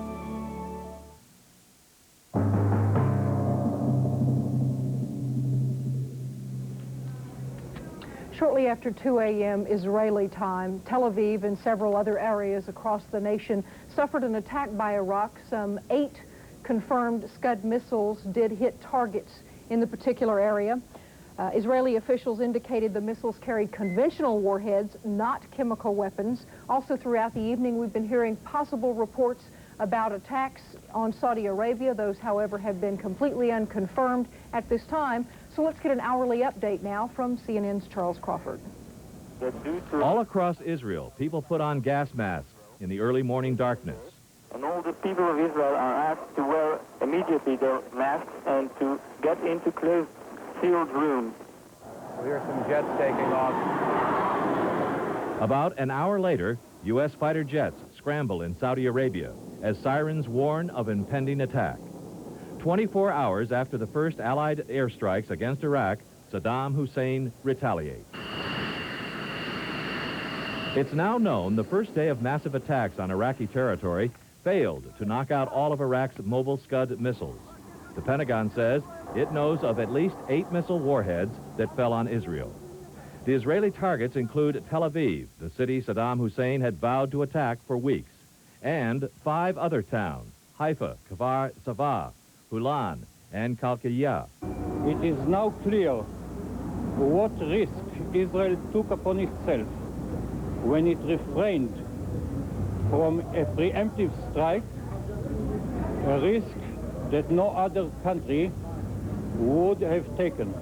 It is also clear the kind of enemy that we are confronting with in the Middle East, the kind of character that we are confronting with, which is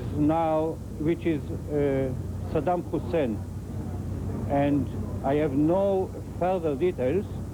When there will be further details, you will be notified. In the pre-dawn darkness, damage was hard to assess, and casualty figures have yet to emerge.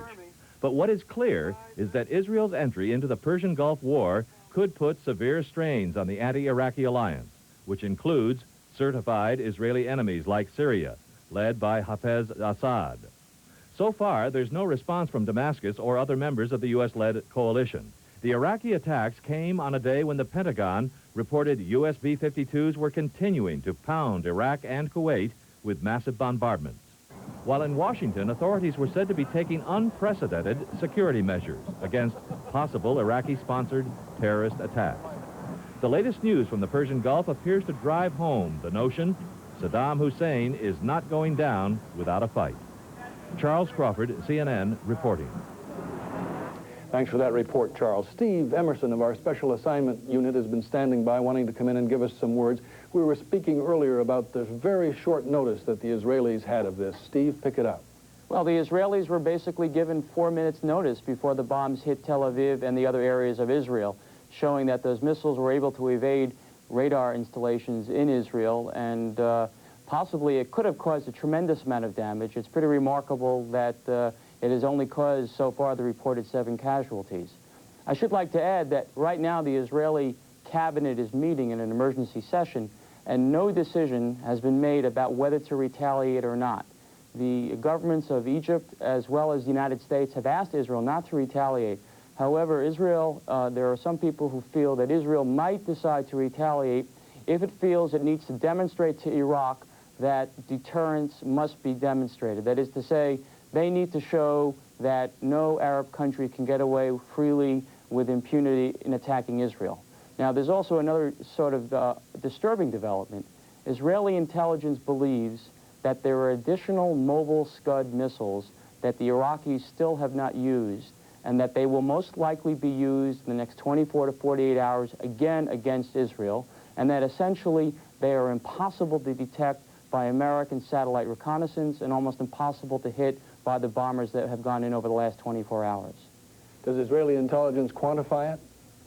Do they quantify it? No, there's really no figure, though. If you extrapolate on the basis of how many mobile SCUD missiles were estimated to be, and I've heard reports of up to 100, and the number that have been fired tonight, which may be a dozen or a little bit more, considering the number that were fired into Saudi Arabia, it's possible that Iraq may still have 60 or 70 additional mobile SCUD missiles left in its arsenal. That's a very worrisome development, because if they do get lucky and hit a major Israeli building or an apartment in Tel Aviv, it could end up killing hundreds of Israeli civilians. And that would surely guarantee an Israeli retaliatory response. Of course, we don't have any idea what's going on in terms of military action over Iraq tonight. Perhaps several of those potential SCUD missiles might be being taken out. We don't know. We're coming up on daylight in that part of the world. We do know that. Catherine. And David, tensions continue to escalate as the threat of an Iraqi attack on Israel came to pass this evening. Our continuing live coverage of the war in the Gulf right after this.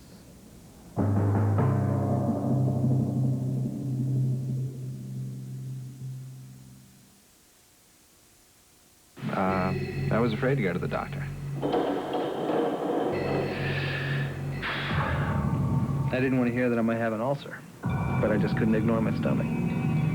You can imagine how relieved I was when my doctor said Mylanta. He told me it wasn't an ulcer. It was indigestion. And indigestion like mine needed a strong medicine. Mylanta is strong medicine, strongly recommended. In fact, Mylanta is the antacid doctors recommend most. My doctor said Mylanta. Mike Battaglia is a soldier of the streets. Brutal. Respected. You find Mike Battaglia before they lay a hit on him, and when you find him, you treat him as a man of respect. In his world, power is the final reward. Tell me you don't want it. I don't know what you're asking. Mikey? Don't look where it is, Charlie! I don't know! I did it. Between a man and his woman. What is it with me? I can't stop shaking. It's done. Look at that. They got him crowned already. Between a man and his army. There's a war going on here! Battaglia is mine. Lies a war of deceit. No! I'm gonna make them regret the day they were born! Your luck's run out, Mikey. John Turturro, Catherine Borowitz, Dennis Farina, Peter Boyle, and also starring Rod Steiger. Men of Respect, a William Wiley film, rated R. Starts Friday at select theaters. The war in the Gulf. CNN is the network with the most complete coverage from the Middle East and throughout the world. Now, more than ever, turn to the world's news leader, CNN.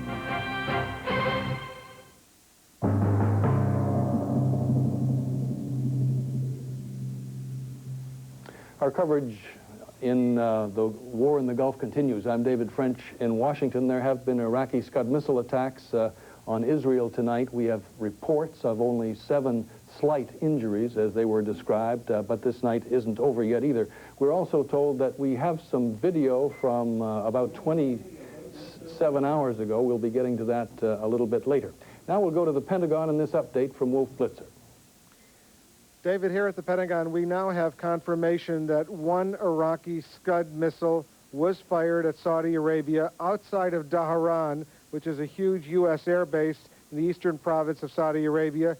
An American Patriot anti-missile missile was fired at that incoming SCUD missile, intercepted the missile, and destroyed the missile. There was no damage outside of Dhahran. This is from Pentagon officials. This is from Pentagon officials who say that that one Iraqi Scud missile went into the Dhahran area where many of the American and other news people are based. Right now we're seeing some video coming in from Tel Aviv. It looks like it's obviously still dark over there. There may be some flames. We may be hearing something. We may be hearing some fire engines or some police vehicles approaching. It's hard to tell from this angle over here, but it was Tel Aviv earlier this evening. Now, the Pentagon is also confirming that 7 Scud missiles were launched towards Israel. Pentagon officials are saying that those Scud missiles had conventional high explosive warheads. Pentagon officials are saying the Scuds that landed in Israel did not have the chemical or nerve or gas warheads that had been feared earlier this evening. They had the conventional high explosive warheads. U.S. warplanes, Pentagon officials say, are now going after those missile launchers. The missiles that were fired at Israel as well as Saudi Arabia are now the main targets of U.S. fighter aircraft, bombers. Once those missiles were launched, U.S. intelligence satellites, other detectors could, of course, immediately learn the location of those mobile missile sites. And the mission right now, we are told, for the U.S. and Allied Air Forces is to go after those 8 missile launchers that, of course, landed, that caused all of this commotion this evening. No word yet whether those missile launchers have been destroyed. Certainly, Pentagon officials are relieved that the reports coming out of Israel indicate that there were only minor casualties, that there was only minor damage. Wolf Blitzer, CNN Live at the Pentagon. Thank you very much, Wolf. And we also had that report just moments ago from Steve Emerson, Special Assignments, quoting Israeli intelligence. There may be even more Scud missiles left in Iraq to work than that. Catherine?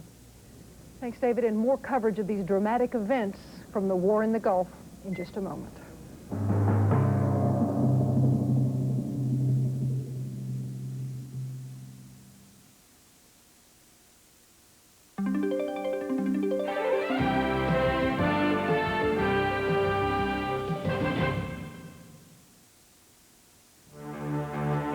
If you think Architectural Digest is only for architects, take another look. Architectural Digest covers the entire spectrum of fine design. Take inspiration from our pages, then put it to work with our exclusive insider's advice on where to shop and how to buy.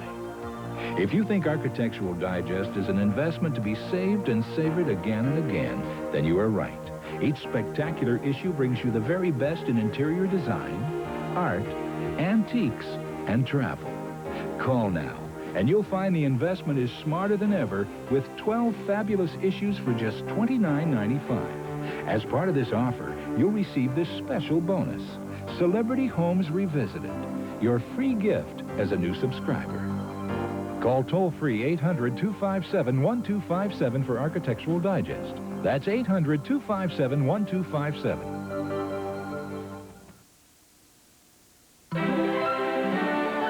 This is CNN.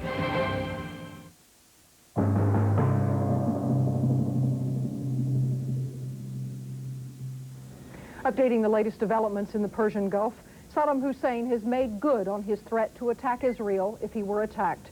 A CNN source in the Israeli Defense Ministry says there are scores of casualties in Israel now, victims of as many as 8 Iraqi Scud missiles fired from mobile launchers. Israeli radio says Israel is in the process of retaliating. 2 suburban areas of southern Tel Aviv reportedly have been hit, as well as Haifa. There are conflicting reports about whether the Scuds have chemical or conventional warheads. Thank you very much, Catherine. We haven't checked on the financial markets in a long time. They've been volatile today, too. We go to New York and Bill Hartley. Volatile indeed, David. The winds of war are buffeting financial markets tonight. Earlier Thursday's morning after optimism rallied stocks and bonds, but collapsed the oil, dollar, and metal prices in New York. Then Iraq's move on Israel in late evening took traders in Asia by surprise, turning most markets on their heads. Tokyo stock prices did a near 900-point flip-flop, opening up almost 400 points, reversing to a 100-point loss, then rebounding to a 200-point gain, all by mid-session.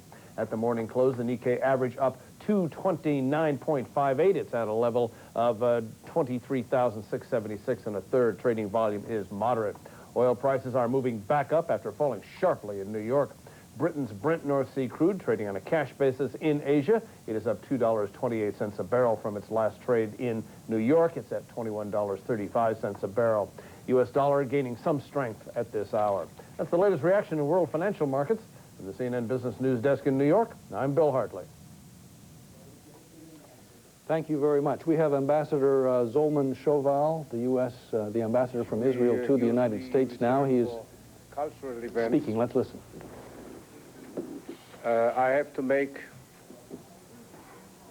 the announcement that tonight, Washington time, during the night in Israel, there has been an unprovoked attack by Iraq, launching SCUD missiles, or perhaps improved SCUD missiles, at purely civilian targets in Israel,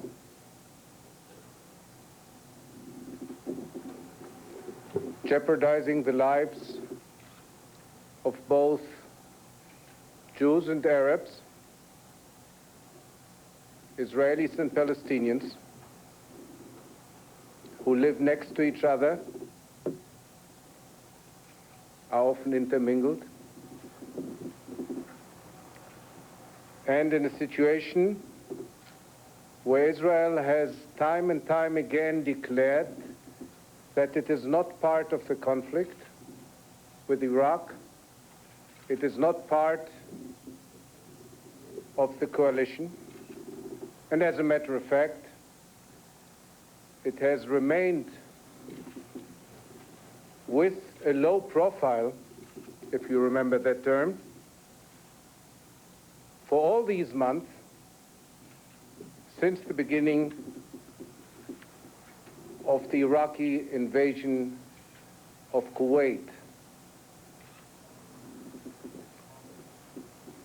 We don't have exact details as of yet. We understand that there's a possibility that more than 10 missiles were actually launched at Israel. Probably 2 hit the Tel Aviv area, and another one hit the Haifa area. There may have been another hit, but that is not clear as of yet. The missiles in the Tel Aviv area hit a neighborhood in the southern part of the city, inhabited mostly by elderly people and laborers, people who toil for their livelihood. We have so far, and we hope this is a final count, received information that there have been 6 or 7 injured, fortunately not seriously injured, but I don't know the exact details. And there has been considerable damage in property. Among other things, because that area where the missiles hit does not usually contain the best of housing, and therefore these houses were probably damaged more than perhaps other houses would have been. Immediately after the information about the missile strike became known, I was in contact with the Secretary of State and the Deputy Secretary of State and with the White House, all of whom conveyed their sympathy in the strongest possible feeling, in the strongest possible language. The word mentioned was devastated, and I must say, listening to their voices, they were indeed. And I was asked to convey this message, as well as others, to my government, to my Prime Minister, which, of course, I promptly did. I know that the two governments, or their representatives, have been in contact and are in contact since then. I would like to add only two further comments. Number one, that the government of Israel, and let me add, fully supported by the opposition in Israel, has declared that, of course, Israel reserves the right to respond in any way it would deem fit, without going at the present time into particulars what the decision of the Israeli government in that respect will be. My final comment is, took a very tough decision, knowingly, to risk a first strike on it. We knew that we might be hit. I myself was often asked on TV, do we take these threats seriously? I did say, we all did. We take these threats very, very seriously. There's no reason whatsoever to doubt these threats. Nevertheless, the Israeli government, supporting America's political aims and complying with the United States government requests,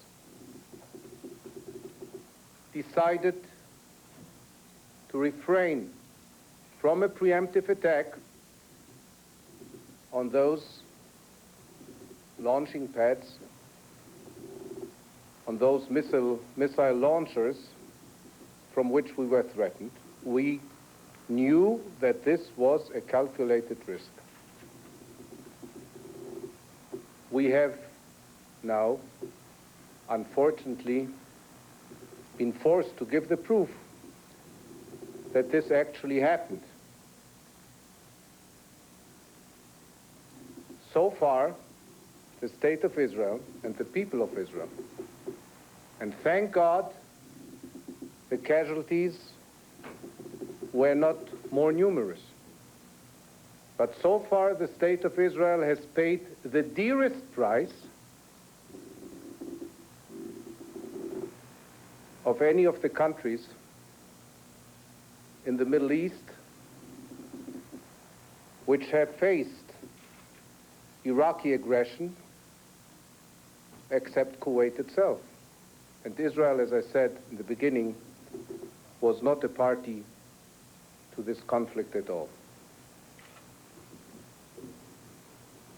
This is all I have to say. Thank you very much, and good night. Mr. Ambassador, has Israel decided to retaliate? Thank you very much. Well, there will be no answer to that question tonight. Salman Shoval, the ambassador from Israel to the United States, making a concerned statement on the attack tonight.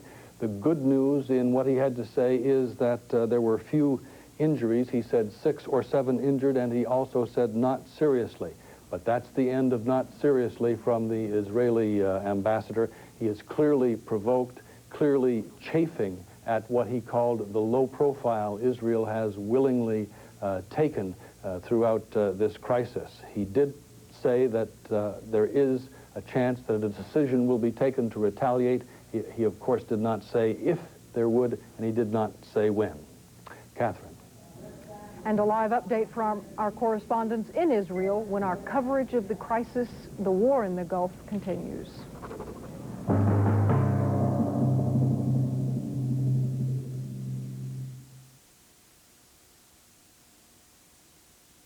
I get this awful sinus pain. These sinus pain formulas all made news in the 80s. They all have the same medicine. Today's news is Dristan Sinus, the only sinus medicine with ibuprofen. It relieves my sinus pain wherever it strikes. New Dristan Sinus. If you think Architectural Digest is only for architects, take another look. Architectural Digest covers the entire spectrum of fine design. Take inspiration from our pages, then put it to work with our exclusive insider's advice on where to shop and how to buy. If you think Architectural Digest is an investment to be saved and savored again and again, then you are right. Each spectacular issue brings you the very best in interior design, art, antiques, and travel. Call now, and you'll find the investment is smarter than ever with 12 fabulous issues for just $29.95. As part of this offer, you'll receive this special bonus, Celebrity Homes Revisited, your free gift as a new subscriber. Call toll-free 800-257-1257 for Architectural Digest. That's 800-257-1257.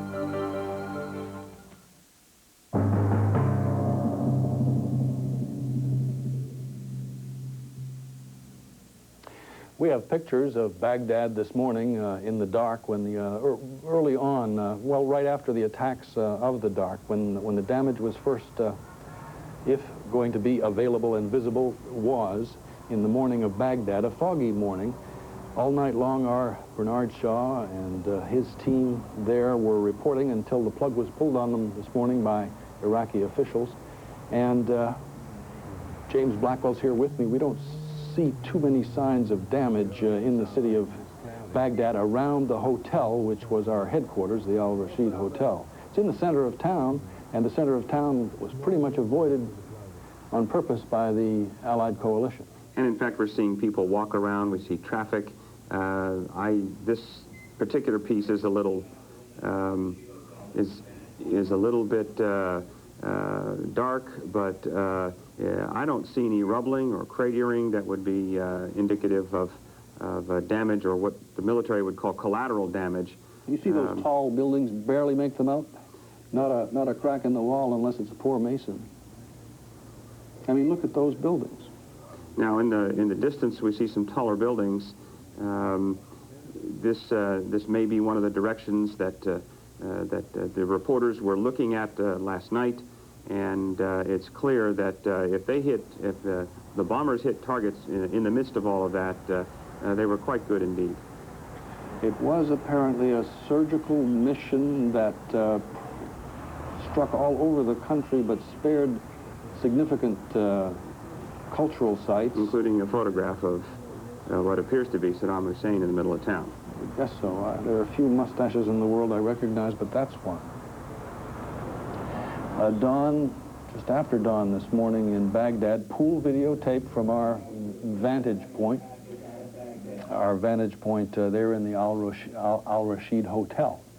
We're going now to some words and pictures put together by our Brent Sadler. Let's watch. Baghdad's lights were still blazing when the strike planes from Desert Storm found their first targets. It was a crystal clear night, making the pilot's task a little easier. The attack planes were at high altitude. I only heard the engines of one.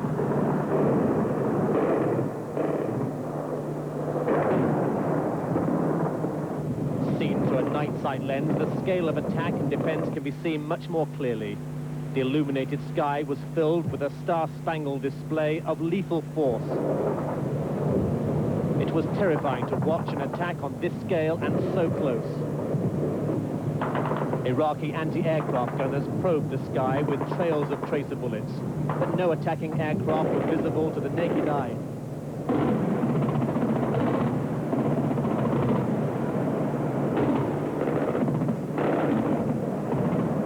Behind this curtain of light, the electronic guidance systems of planes and missiles sent their payloads to Saddam Hussein's front door.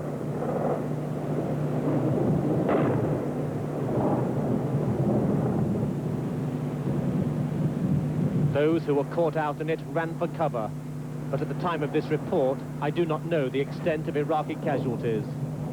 The bombs and missiles targeted Saddam Hussein's palace, his communications centers, his warfare production plants, and his missile bases.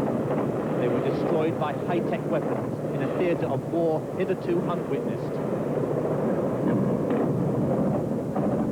It was impossible to pick out all the weaponry, but I saw cruise missiles skidding across the skyline to their pre-programmed targets. The Iraqi defenses were spectacular in their intensity. But where was Iraq's iron fist, its air force, and much boasted defense plan? To all intents and purposes, it was non-existent in this crucial phase of the war. Minutes after Baghdad erupted into battle, the Iraqi authorities ordered all the journalists they could find to stay in a deep bomb shelter. It was safe from the falling explosives, but pitched foreigners and Iraqis side by side. The Iraqis responded with a song of defiance. There was no hostility on these faces. There was disbelief that a real war had broken out, and misplaced confidence. By first light over Baghdad, the mayhem had silenced. The attack formations and incoming missiles had stopped. There was an eerie calm. This was a city stunned by the gravity and speed of action. And that report from Brent Sadler? That report, as the gentleman was saying, was from ITN's Brent Sadler, to whom we're grateful for the words and the pictures. A lot of outgoing from the Iraqis at that time, but couldn't see much incoming at that time. We have an expert here, one of the foremost experts in the country on the SCUD missile. His name is W. Seth Karras. He is an Iraqi weapons expert in general, and he works for the Washington Institute for Near East Policy. Tell me, Seth, your first impressions of what you've heard tonight about the damage caused by these SCUD missiles, if we have 7 minor injuries and, as the ambassador said, a lot of property damage. Well, my initial impression is that the Israelis got off extraordinarily lightly.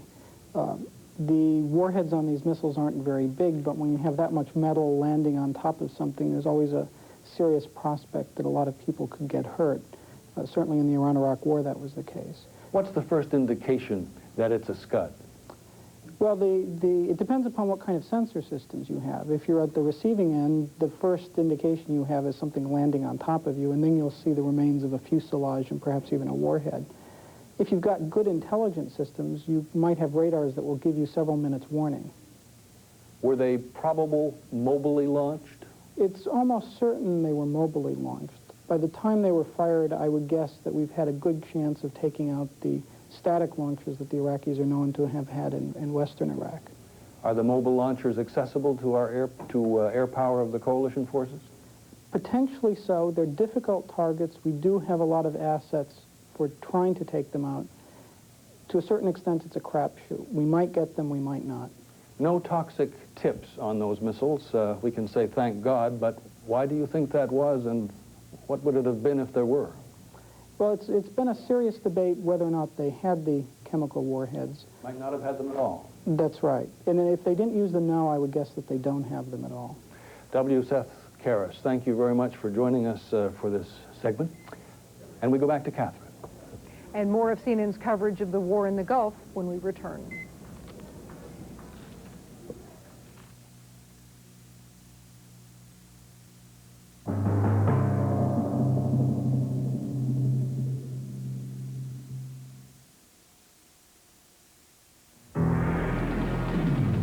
Mike Battaglia is a soldier of the streets. Brutal. Respected. You find Mike Battaglia before they lay a hit on him, and when you find him, you treat him as a man of respect. In his world, Power is the final reward. Tell me you don't want it. I don't know what you're asking. Mikey?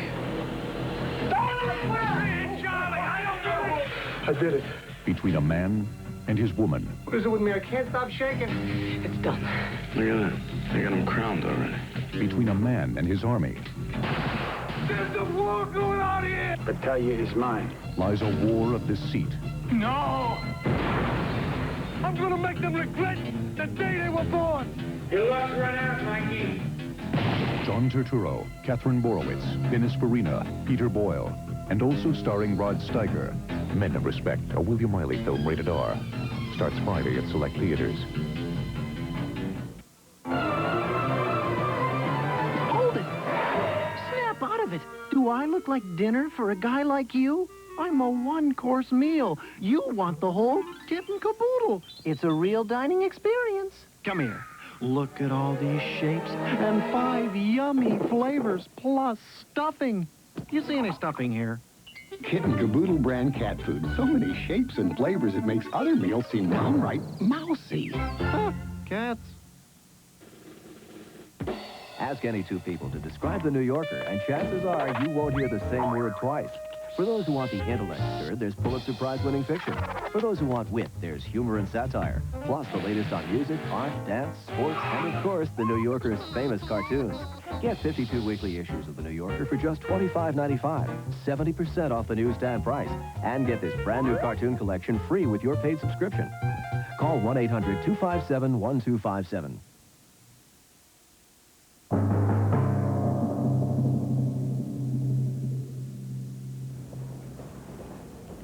And many people in the United States have strong thoughts and feelings about the night's events. CNN's Dan Blackburn continues his conversation with some people standing by in a delicatessen in Los Angeles. Dan?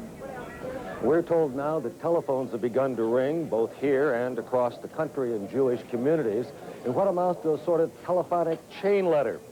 Callers are asking those who pick up the phones to light 3 candles and call 3 friends, asking them to do the same, all as a sign of solidarity with their friends and relatives in Israel. News of the Scud missile attack in Israel struck this large Jewish community not so much by surprise, but more as a confirmation of what they had feared. And what that was, of course, of the attack. As a result, people flocked to television sets, turned on their radios, and sought more and more information. A few were able to complete telephone calls to relatives. One person who talked with a relative in Haifa said that his sister lived near where a missile had struck, but that she had survived and her family was not hurt. This is the kind of news they wanted to get, but we are told the communications with Israel are very, very poor, and that most people here are relying simply on the news media to find out what the prospects are that their friends and relatives have survived or escaped with relatively little harm. All of this, of course, having a widening impact. People have been going not only to churches and synagogues, but also, of course, to community centers and to delicatessens like this, because this is a place where people gather. But one thing is reoccurring in many, many conversations, and that is that it seems to be a growing sentiment, a hope that Israel does not retaliate immediately. The concerns expressed by many people here is that if Israel now gets into the act, it might create confusion in the air and thus hamper all of the parties involved in their efforts to strike back at the Scud missile sites. People here waiting for more word, but at the moment glad that no more strikes are reported in Israel and waiting to see now what will happen next. Dan Blackburn, CNN Live in Los Angeles. Thank you, Dan. Back to you, David. Catherine, it's been a wild night in Israel and in Jerusalem, where it's starting to become dawn. Linda Scherzer has had her masks on and off quite a few times. Linda, how are you doing now? Well, David, it is now just about a few minutes before 6 o'clock in the morning. The state of alert is still in effect in Israel. The Army is still telling people to stay in their homes until the Army has issued a clear notice. We know that in Tel Aviv, civil defense and emergency workers are on the scene trying to deal with the aftermath of the damage of those missile attacks. It is still nighttime in Israel, so it is difficult to assess exactly what the damage is. But we were in touch with somebody who was listening to a police scanner, who was listening to where emergency workers were being sent. We understand that a movie house may have been hit, that there have been several buildings that have been damaged. We do have the locations of the neighborhoods, but we are being told at this point not to give the locations of those places. David? Linda Scherzer reporting from Jerusalem, where it has been quite a night indeed. We're glad to hear that in the country there were only 6 or 7 minor injuries. That concludes my segment. I'm David French in Washington, sitting in for Bernard Shaw, who's in Baghdad with the boys. Good night, David, and I'm Catherine Cryer in Atlanta, and our coverage of the war in the Gulf continues.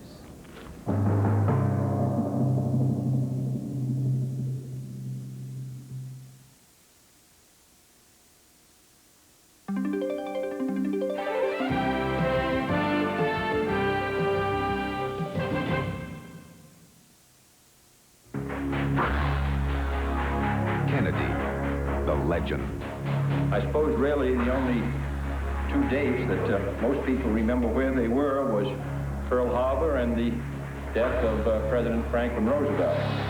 Kennedy, the leader. I support strongly the Constitution. I support strongly the separation of church and state. I believe it's the best arrangement for our society, that I shall continue my devotion to the Constitution and support of it. Kennedy, the man. Well, I attended Harvard. I just finished there this June. I'm interested more or less in working sometime in my life for the government, but I haven't really decided as yet. Life magazine proudly presents what must be considered one of the most comprehensive videos ever produced on the private life of John Fitzgerald Kennedy. This is his story, told in his own words and pictured in film clips, many never before seen by the public, taken from the archives of the Kennedy Library.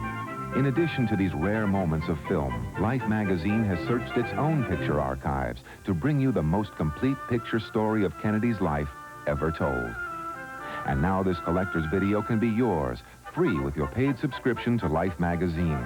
You'll get 13 big issues, including 2 special issues, A Year in Pictures, and the Bill of Rights 200th anniversary, all for 4 monthly installments of only $7.97 each. Life magazine is the picture monthly that keeps you in touch with major events and takes you behind the news with picture-filled stories and in-depth interviews.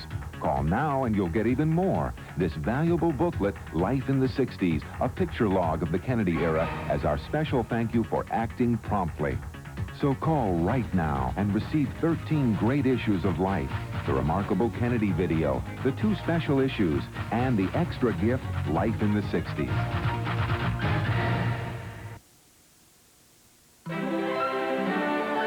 This is CNN.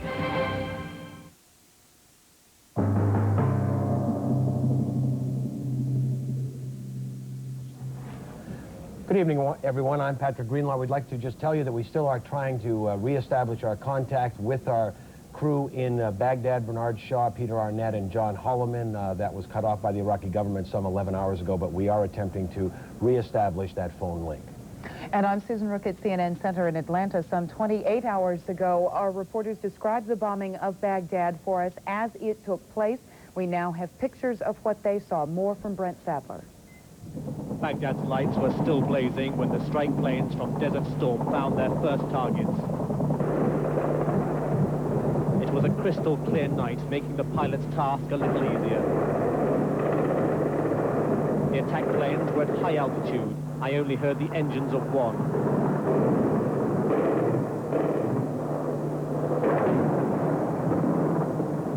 Seen through a night sight lens, the scale of attack and defense can be seen much more clearly. The illuminated sky was filled with a star-spangled display of lethal force. It was terrifying to watch an attack on this scale and so close. Iraqi anti-aircraft gunners probed the sky with trails of tracer bullets, but no attacking aircraft were visible to the naked eye.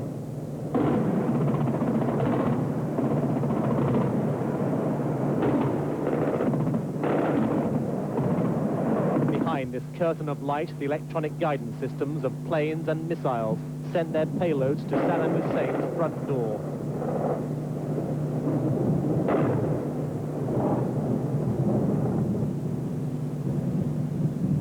Those who were caught out in it ran for cover, but at the time of this report, I do not know the extent of Iraqi casualties. The bombs and missiles targeted Saddam Hussein's palace, his communications centers, his warfare production plants, and his missile bases. They were destroyed by high-tech weapons in a theater of war hitherto unwitnessed. It was impossible to pick out all the weaponry, but I saw cruise missiles skidding across the skyline to their pre-programmed targets.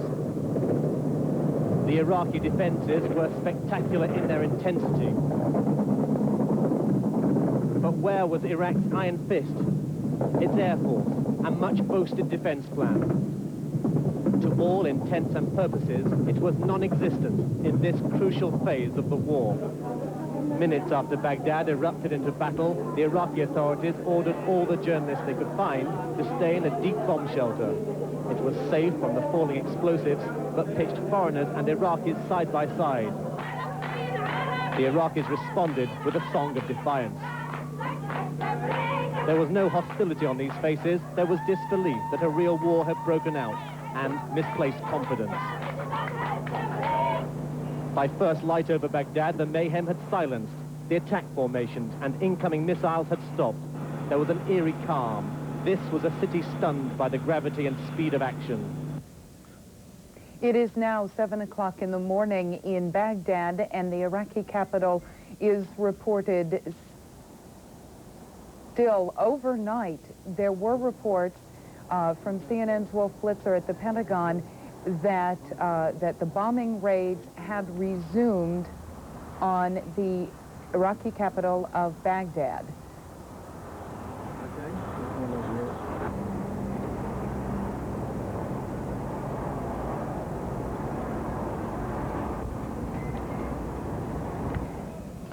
That was the scene in Baghdad this morning. Now, the war has widened. Iraqi SCUD missiles have been fired at Israel and Saudi Arabia. But CNN's Wolf Blitzer reports the missiles did not carry chemical weapons, but conventional high-explosive warheads. CNN's Mark Leff has the details. It took 24 hours for Iraq to deliver its promised retaliation against Israel. People there got the word around 2 a.m. Friday to put on their gas masks and seek shelter. Israel television broadcast instructions in Hebrew and Russian for the benefit of thousands of recent Soviet immigrants. Israel Radio's Arabic service told people who don't have masks to soak pieces of cloth with sodium salts and water and breathe through them. A British Broadcasting Corporation crew wearing chemical protection clothing drove through the streets of Jerusalem and found them deserted. There have been conflicting reports whether the missiles had conventional or chemical warheads. We have the information that between 8 to 10 SCUD missiles were launched against Israel, and some of them hit the areas of Tel Aviv and Haifa.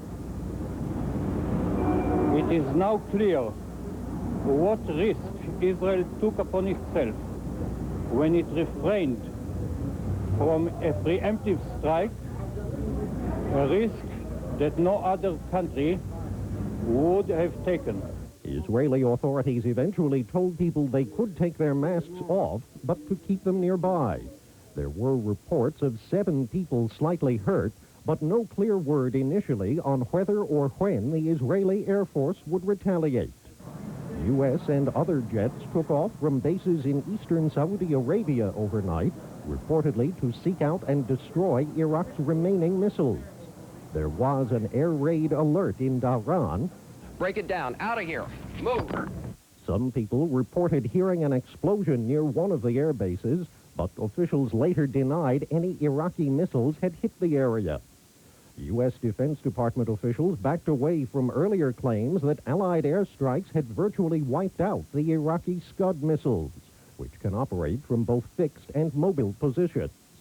Baghdad Radio says raids on Iraq have killed 23 people and injured 66, and claims Iraq shot down 44 Allied planes.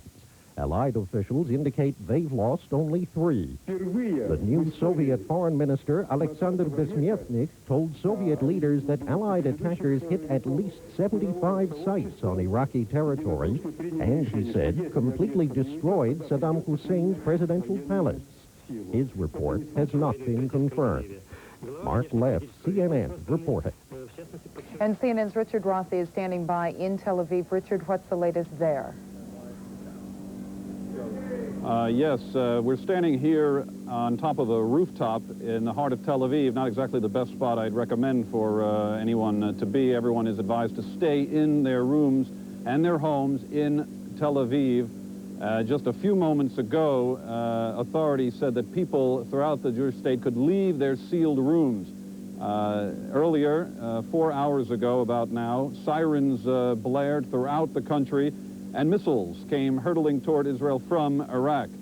We know that there were at least 7 missiles reported into the Jewish state. At least 2 fell around here. You're looking behind me north toward Haifa, where several fell, and some neighborhoods this way and south of here also were hit.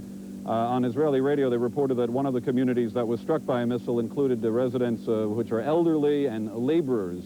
I looked at some other videotape of some of the damage. You could see smoke and fire, rescue vehicles, some buildings that were blackened by the explosions. Authorities saying that they were not chemical in nature, that these were conventional weapons that were used by Iraq.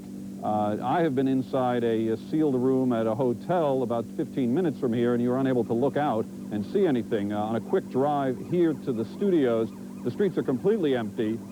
There's just nothing moving except a lone police vehicle or 1 or 2 other courageous folks or perhaps journalists. And the police emergency vehicles are moving through the streets. You can perhaps hear sirens behind me. It's certainly a very eerie, tense calm right now here in Tel Aviv. We spent several hours in a shelter. Everyone had to wear gas masks. Once we were allowed to take them off, then we put them back on. Very scary to be here. Israel did expect some retaliation from Iraq. One official last night, several hours before the attack, said he expected something because Saddam Hussein had had a bad day. The injuries reported to be less than serious, perhaps 7 people injured in these missile attacks. Authorities are still trying to determine how many and how many people exactly might have been injured. Authorities have imposed a higher state of alert, a state of emergency, civil defense emergency. People are still told to stay indoors. This is Richard Roth, CNN, reporting live from Tel Aviv. Thank you, Richard. Patrick. Right now, we're going to check in with CNN Pentagon correspondent Wolf Blitzer for the very latest. And Wolf, I guess the big question is there a U.S. allied strike going on, or is there any retaliation from the Israelis? Patrick, we're told here by Pentagon officials that the United States has already started a massive retaliatory strike at the missile launchers that sent the 7 missiles towards Israel. They apparently did not cause a whole lot of damage, very minor injuries. Israeli officials say they were lucky. They're still bracing for other potential missiles. No word of any others. Pentagon officials say that 1 Iraqi SCUD missile with a conventional high explosive warhead also was fired towards eastern Saudi Arabia, the Dhahran area where most of the U.S. And other journalists are based. The U.S. Air Base is located there as well. Officials say that a Patriot anti-aircraft missile was sent up against that incoming SCUD, intercepted the SCUD, destroyed it. There was no damage on the outskirts of Dhahran.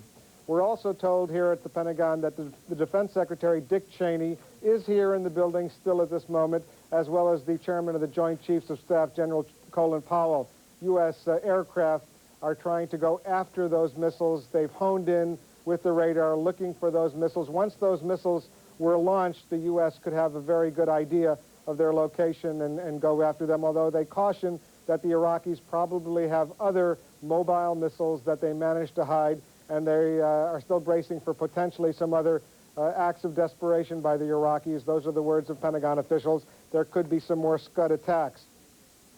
Finally, we have been told by Pentagon officials the name of the American pilot whose FA-18 Hornet went down in the initial U.S.-led airstrikes over Saudi Arabia. He is formally listed as missing in action, although earlier today, Pentagon officials described him as the first casualty of Operation Desert Storm. He is Lieutenant Commander Michael Spiker, 33 years old, from the USS Saratoga, an aircraft carrier right now in the Red Sea. The Saratoga is home ported in Mayport, Florida, outside of Jacksonville. Wolf Blitzer, CNN Live at the Pentagon. Well, Blitzer, thank you very much, and we'll check in with you a little bit later. Susan?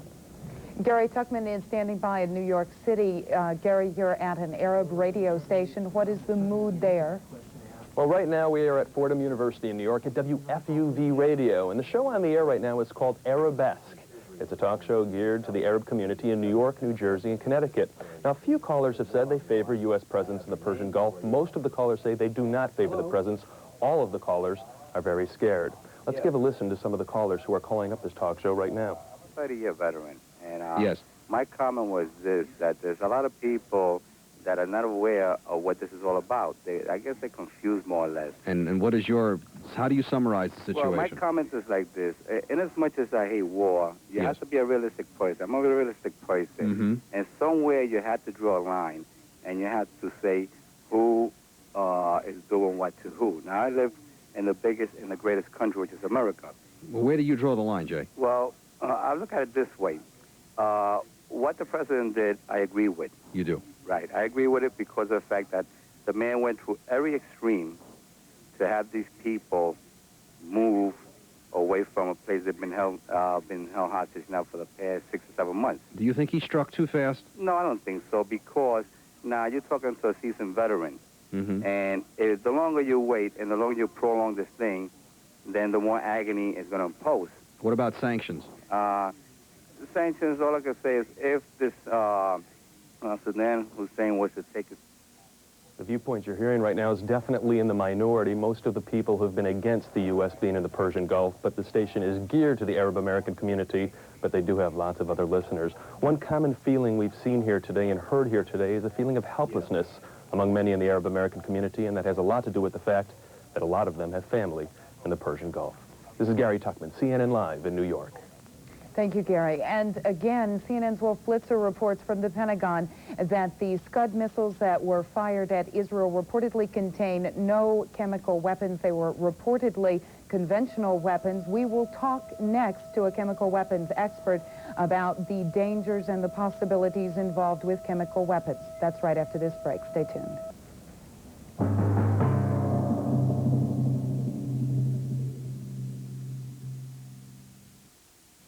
When creating the new G20 midsize luxury sedan from Infiniti, these are just a few of the amenities we kept in mind. Seating surfaces that are fitted with leather, a cabin that heightens the level of comfort and stretches the limits of space. Of course, with 16 valves and 140 horsepower, that mind also has an alter ego.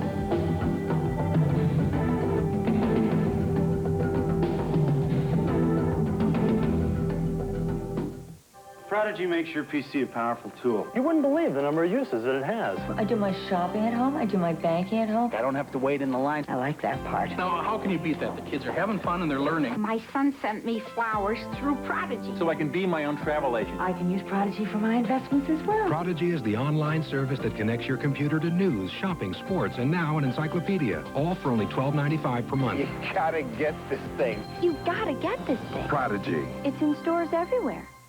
Here's an opportunity to receive a free copy of William F. Buckley's historic Agenda for the 90s. When you get National Review, you'll have news and opinions you don't find anywhere else. But I think you know that National Review is my favorite magazine. It's my favorite because it's splendidly written, brilliantly edited, and a pleasure to read. It's informative, probing, persuasive, and challenging. It's serious and it's entertaining. I think it's terrific. I like it because it cuts through the nonsense that normally surrounds most political issues with simple, common sense. And, of course, I love the humor. It's a very funny magazine. Yep, no other magazine gives you what we give you. Guaranteed. Call this toll-free number now, and we'll send you absolutely free and with no obligation this copy of Agenda for the 90s. For a trial subscription to National Review for only $24.95, call toll-free 1-800-257-1257. That's 1-800-257-1257.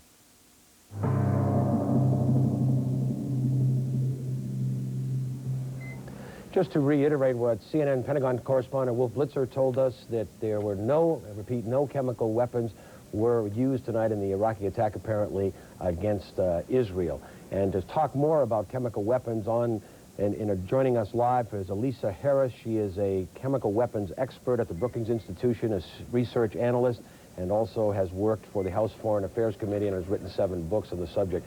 Ms. Harris, first of all, welcome to you. Are you somewhat surprised then that if these reports are corroborated and hold up throughout the night, that there were no chemical weapons used by Saddam Hussein against Israel, as the great fear was?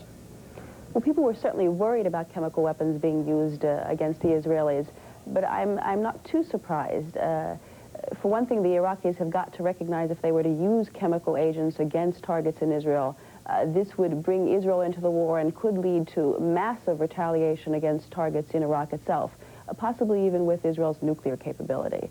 So I think that the fact that chemical weapons were not used against the Israelis is not necessarily an indication that Iraq doesn't have this capability on its SCUD missiles.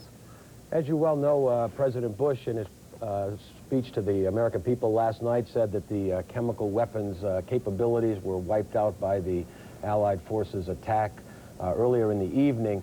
Do you think that that is true, and do you think that Saddam Hussein still has in his possession chemical weapons that he can deliver into Israel or anywhere else? I can only speculate, but I suspect that what was being referred to last evening were the actual chemical weapons production plants.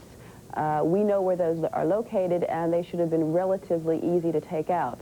I would be very surprised if we knew where all of Iraq's stockpiles of the actual chemical weapons were located, and we're in a position to destroy all of those weapons. Give us a little education, since you're the expert here, on exactly what type of chemical weapons, and not getting too technical, but how easy are they to deliver? Certainly we've all remembered the terrible pictures from Kurd and during the Iran-Iraqi war, seeing the citizens lying dead in the streets, children. How easy are those to put into a missile and to deliver them into Israel or anywhere else? Well, the 2 types of chemical agents the Iraqis have are, of course, mustard gas, which is a World War I blistering agent, and they have nerve agents. We know they've got these in bombs that can be delivered from aircraft, in artillery shells and shorter-range rockets. What there's always been some uncertainty about, however, is whether the Iraqis have actually succeeded in marrying up chemical warheads to ballistic missiles.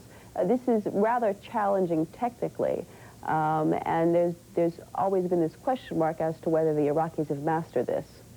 As you probably saw tonight, a number of people in the Middle East, including our correspondents in Tel Aviv and in Jerusalem. We saw Richard Roth a little bit earlier with a gas mask in hand. Now, apparently the strikes went from Haifa in the north all the way down to Tel Aviv. Assuming that chemical weapons had been used, and again, we want to emphasize that there's no evidence that that has been. The reports from the Pentagon are that there were not chemical weapons used. But how long of a range would those chemical weapons been able to be dispersed and have killed people on the ground? I wouldn't have expected massive casualties, or even for that matter significant casualties in Israel, if there had been chemical warheads on these missiles. The Israelis were all alerted before the missiles landed. They were enclosed in buildings. They, in fact, were in rooms that had been sealed against chemical agents. They were also wearing their masks. And so I would have expected really very few chemical casualties in Israel, and a fairly limited area which would have been affected by this rather limited number of missiles. Okay, Elisa Harris, the research analyst at the Brookings Institution in Washington and a chemical weapons expert, thank you very much for your expertise. My pleasure. Susan? CNN's Linda Scherzer is standing by live in Jerusalem. She apparently has the Israeli health minister with her. Linda, what is the latest from your end? Well, Susan, I'm just about to ask the Israeli health minister about the current state of affairs here. Ehud Olmert, Minister of Health in the Israeli government. Mr. Olmert, tonight the Iraqi leader made good on his threats. He did what he had been threatening to do for several weeks now. Can you tell us what the state of affairs is in Israel? Can you assess the level of damage, what neighborhoods, what areas of Israel were hit, the number of casualties, and tell us, please, what you know about the type of missiles that landed in Israel? Well, we know that there were 7 missiles landed in different parts of the state of Israel at about 2 a.m. this morning. Right now, we only have 7 people that were hospitalized, light injuries. There was damages, not severe damages, in different parts of the country, in the north part, in residential areas near Tel Aviv, and in southern parts. And at about 2 o'clock, there was a siren waking up all of the people of Israel.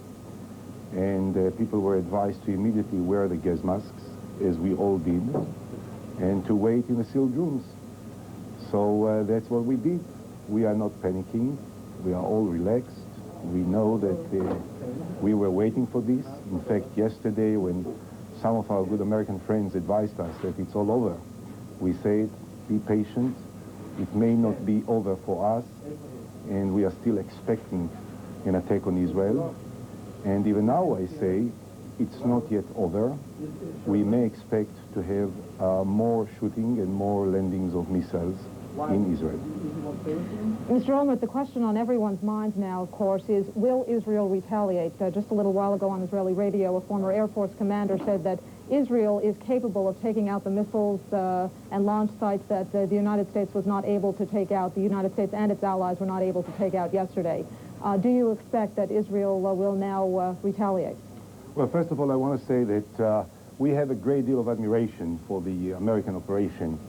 And I think that the Americans did everything possible in order to destroy the missile sites. But at the same time, we were aware yesterday that it may be that not all the mobile launchers were destroyed, and therefore we expected to have an attack. Now, one thing about the mood and the feelings of many people. It's not a simple experience, particularly for Jews living in Israel, to be exposed to the possibility of attacks of chemicals. And when the sirens sounded tonight, I'm sure that many people in Israel didn't feel very well. And this is not an easy experience. We are the only citizens in the world which might be involved in this war. It's war between armies, but the only citizens in the world which are directly threatened are the Israelis. And the obligation of the Israeli government is obviously to defend the Israeli people. If you know, all over the years, we always say to our American friends that we don't want you to fight for us. And today, we don't want you to fight for us. We will protect ourselves. Mr. Olmert, thank you very much for coming to our CNN studio in Jerusalem. This is Linda Scherzer reporting live from Jerusalem. We'll, of course, keep you updated as the night and the day goes on. And CNN has just received videotape of the missile attack on Tel Aviv. If you will look at your upper right-hand corner of the screen, you will be able to see the missile hit.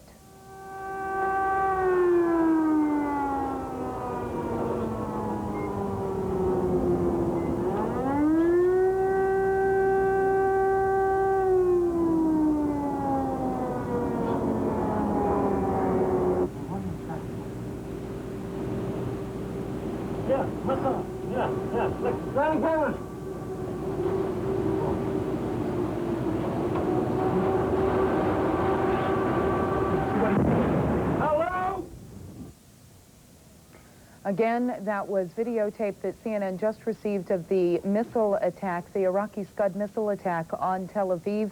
You have heard the Israeli health minister telling CNN's Linda Scherzer in Jerusalem that 7 people have been lightly injured during that attack. They are reportedly hospitalized.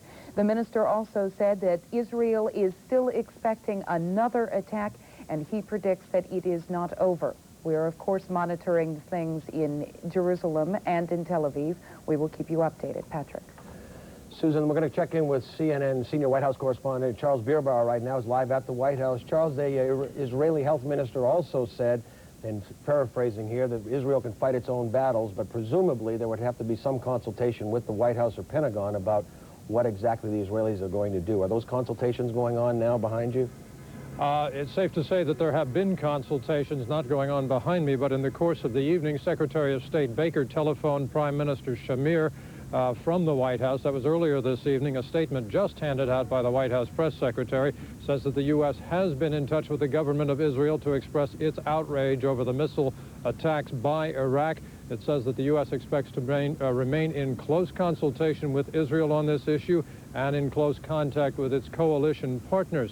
We have heard on several occasions Israeli officials tonight expressing how Israel had taken the risk of not making a preemptive strike against Iraq knowing the risk that it was taking, but at the same time reserving its right to retaliate. There has been no indication of Israeli retaliation at this point, and in turn there has been an indication that the U.S. and its allies are stepping up their attacks, trying to get these Iraqi missile sites. In a statement put out earlier, a very deliberate point made, saying that coalition forces in the Gulf are attacking missile sites. Yes, the U.S. is concerned about the impact on some of the coalition members, the Arab coalition members, if the Israelis get involved. We must remember that some of these Arab states are still technically at war with Israel. Hence the concern about an Israeli retaliation. But by the same token, a number of Arab states, a number of the coalition members have assured the U.S. that they respect Israel's right to retaliate if attacked. Two cases in point from interviews that CNN did last week with Egyptian President Mubarak and Turkey's President Turgut Özal. This was their view of Israel's situation should they choose to retaliate. Launch an attack against Israel without any Israeli participation, she will have the right to retaliate. Every country has its legitimate right to defend itself. If Israel does not move or invade Jordan or any other Arab country, then I don't think the coalition will be disrupted. So this was the kind of behind-the-scenes diplomatic concern. Those kinds of assurances have been given to the U.S. President Bush has remained in the residence and been kept informed of the developments throughout the evening. Patrick? Charles Bierbauer reporting live from the White House. Thanks very much. We'll check in with you a little bit later. When our coverage of war in the Gulf continues, we'll be talking to the Israeli ambassador to the United Nations. That's coming up right after this.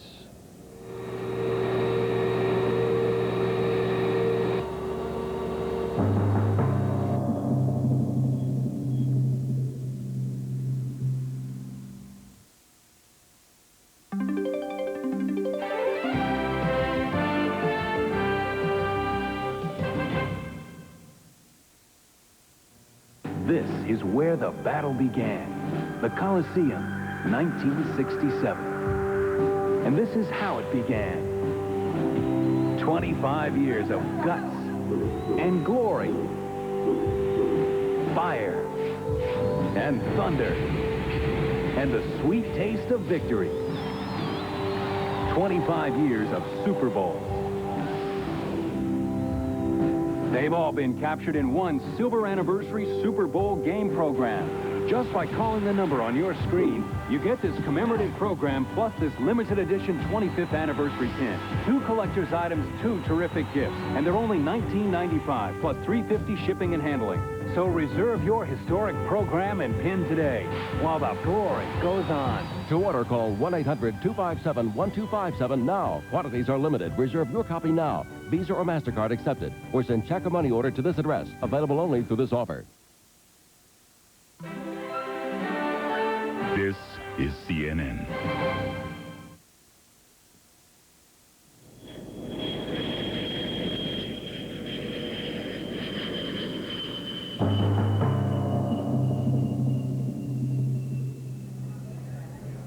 We are expecting to talk with Benjamin Netanyahu, the Deputy Israeli Defense Minister, in a few moments. But right now, we are going to talk with Yoram Arador. He is the Israeli ambassador to the United States. Mr. Ambassador, what is the position of your government? Have you launched a retaliatory attack? It is Israel's right to reserve the possibility of self-defense, but the decision what, when, and if to do remains within the authority and the discretion of the Israeli government. Mr. Ambassador, I should also clarify, you are not the ambassador to the United States. I misspoke. You're the ambassador to the UN. Point of clarification, when is the last time you have talked with your government about your government's position? I have talked this evening with officials of the government in Jerusalem. How long ago? It was about 1 hour ago. And what did they tell you? Well, I spoke with them and they spoke with me, but of course I cannot tell here the contents of these conversations, but I will happy to answer your questions. Except for the crucial question, which obviously is, has Israel launched a counterattack? That is what's on everybody's mind. That is the wild card in this Middle East conflict. The answer to the question is, of course, that we have the right for self-defense, and it was an unprovoked attack by Iraq. And they just implemented what they threatened us for long, even before the invasion of Kuwait. And this proves the situation in which Israel is in the Middle East, under threats. And these threats were implemented this evening in Tel Aviv and in Haifa by the SCUD missiles. But the right to self-defense cannot be denied and is not denied, as we have seen just in your TV. The Bush administration has, of course, asked Israel not to retaliate. The administration position is that it would understand, but it is asking for restraint to try and keep this to a minimum. Have you talked with anyone in the Bush administration? Has anyone from the White House called you? No, the contacts with the administration here were done by my colleague, Mr. Chauvel, the ambassador to the United States, but I will not comment about the contents of these talks. CNN's Linda Scherzer just interviewed the Israeli health minister. He said that the Israelis are still expecting an attack on Israel. He predicts that it is not over. Can you answer that question as we look at video from Tel Aviv taken earlier tonight?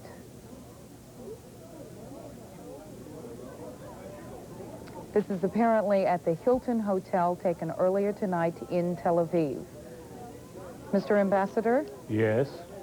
Mr. Ambassador, go ahead. The Israeli health minister said that Israel is still expecting further attacks. What do you have to say to that?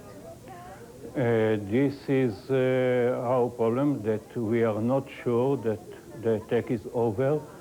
Maybe there will be further attacks, and we see in these pictures what is the situation in Israel, which is the only country that has to prepare its own citizens against gas attacks with these gas masks, and I hope that now the security situation in Israel will be understood better.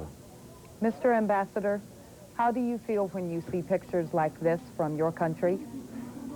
You, everyone, may understand how I feel. I have 3 children in Israel. Where are they? Are they in Tel Aviv? They are in Tel Aviv and near Tel Aviv. Have you been able to talk to them? Do you know? Are they safe? Yes, they are safe, but I'm sorry for those who were injured, and every civilized person in the world should be sorry for that injured persons, and of course he should understand the security problem that which we are facing, and the kind of enemy that we are facing in the character of the tyrant Saddam Hussein. Mr. Ambassador, has your family called you? What have they said to you? I have been in touch with them, and the Israeli people are cool. They were prepared for attacks like this, and they will overcome this. Thank you, Mr. Ambassador. CNN's Ralph Begleiter will be next with the diplomatic angle with this. He is our correspondent at the State Department. We're going to take a break. We'll continue right after this.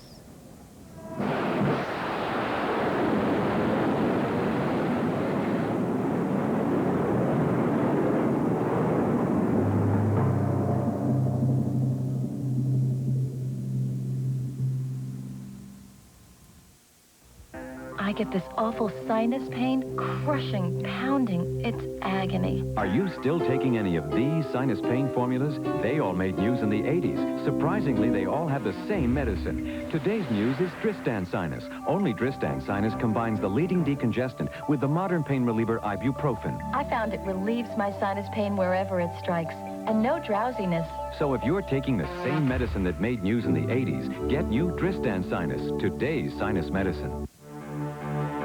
If you think Architectural Digest is only for architects, take another look. Architectural Digest covers the entire spectrum of fine design. Take inspiration from our pages, then put it to work with our exclusive insider's advice on where to shop and how to buy. If you think Architectural Digest is an investment to be saved and savored again and again, then you are right. Each spectacular issue brings you the very best in interior design, art, antiques, and travel.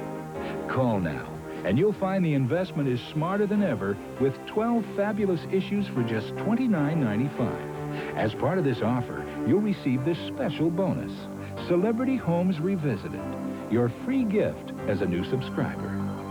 Call toll-free 800-257-1257 for Architectural Digest. That's 800-257-1257.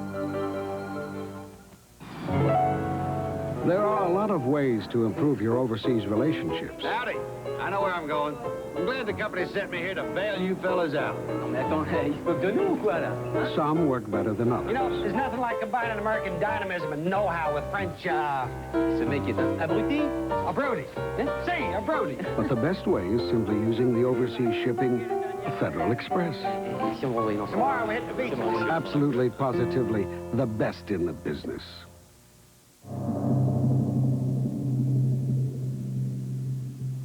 A very wild day on world financial markets.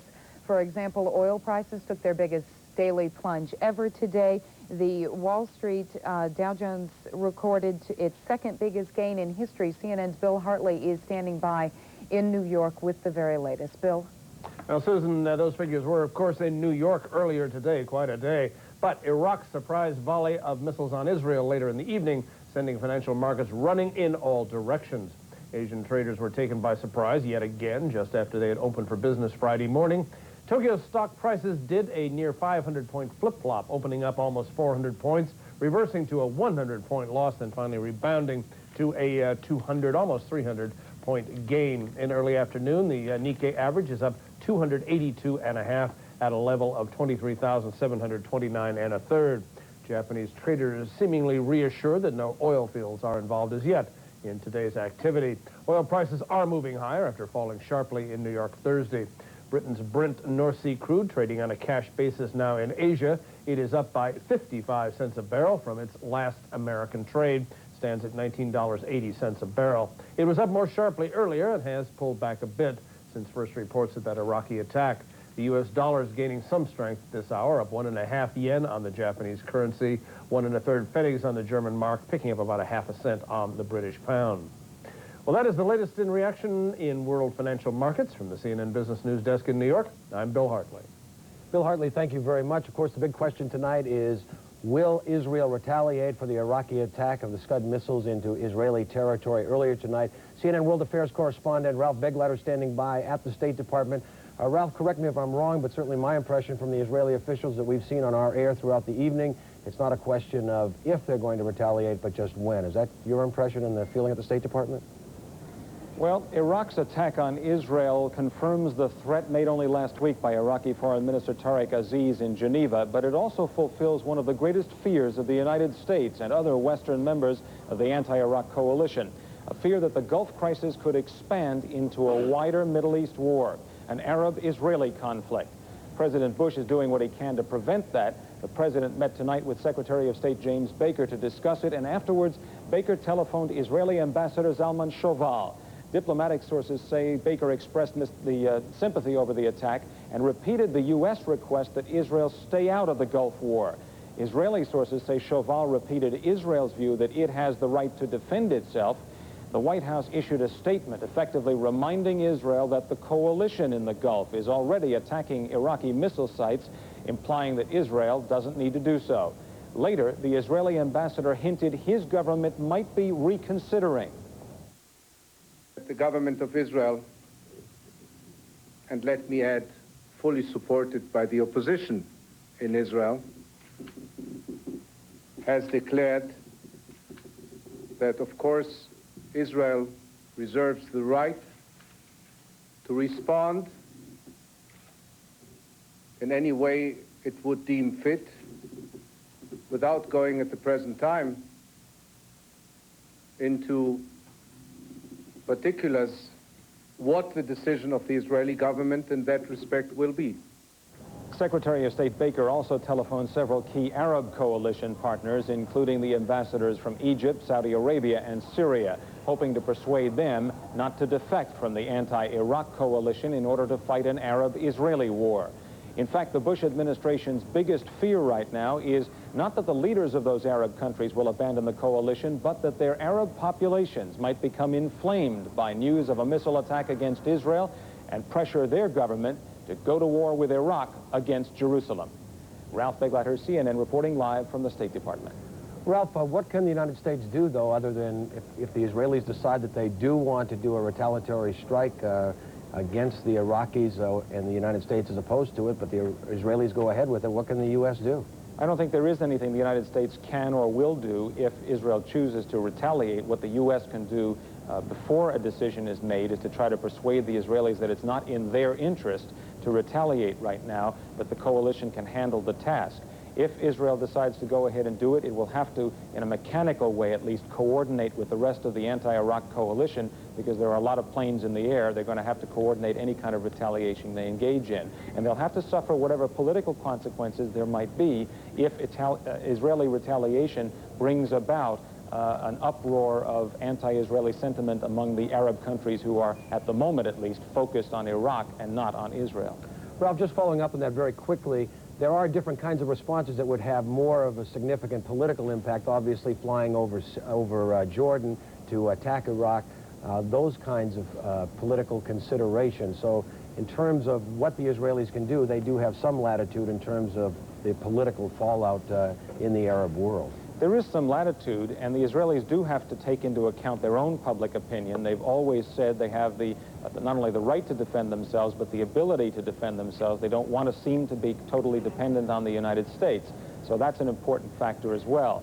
They also want to continue the reputation they've had of instilling fear in the minds of the Arab states that Israel can and will retaliate if attacked. And that's something the Israelis have to take into account.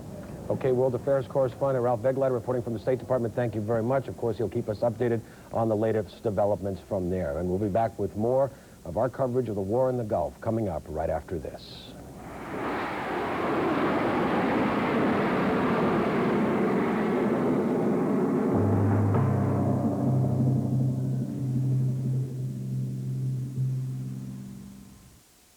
I get this awful sinus pain. These sinus pain formulas all make news in the 80s. They all have the same medicine. Today's news is Dristan Sinus, the only sinus medicine with ibuprofen. It relieves my sinus pain wherever it strikes. New Dristan Sinus.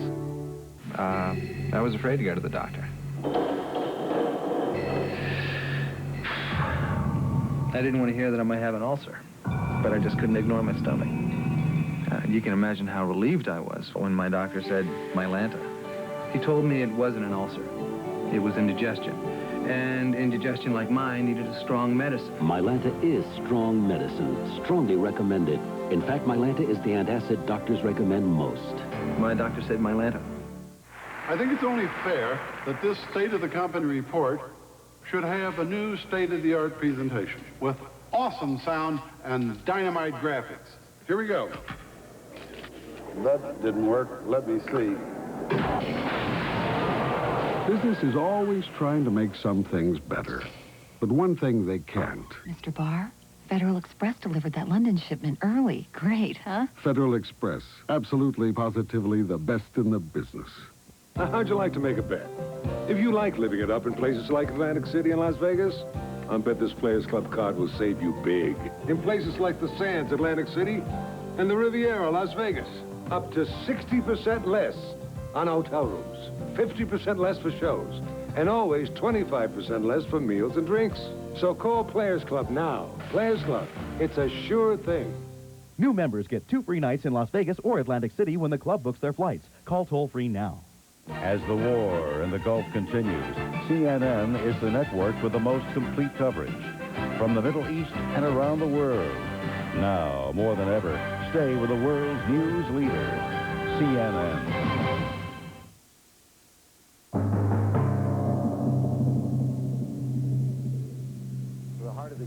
It is now coming up on 8 a.m. in Baghdad. CNN is trying at this hour to reestablish contact with our crew in Baghdad. Correspondents John Holloman, Peter Arnett, Bernard Shaw, Robert Wiener. The plug was pulled on their transmission some 12 hours ago after nearly 16 hours of covering the outbreak of hostilities there. John, we unfortunately have been ordered to cease transmitting. It was an order given by the Ministry of Information. The reason for this order was military censorship. We have been told that we may no longer transmit live to our audience, and that in the future, taped reports will be subject to censorship. So, that's, well, I don't know what to tell you, Bob Cainard and Bobby Batista and our viewers. This official, Mr. Allah, who's been a good friend to CNN for our time here, is now demanding that we do something that we desperately don't want to do. So, John, I will make the decision to cut the communications because I'm the senior man here. So for Bob Wiener and John Holloway and John Holloman and Bernie Shaw and myself, Peter Arnett, who is signing off from Baghdad for CNN, and I hope we can resume our communication with you in the very near future. For those of you in Atlanta and up and down the network, we'll try to get back in touch with you as soon as we can. Obviously, this is something that is just abhorrent to all of us in our journalism. We'll talk to you as soon as we can.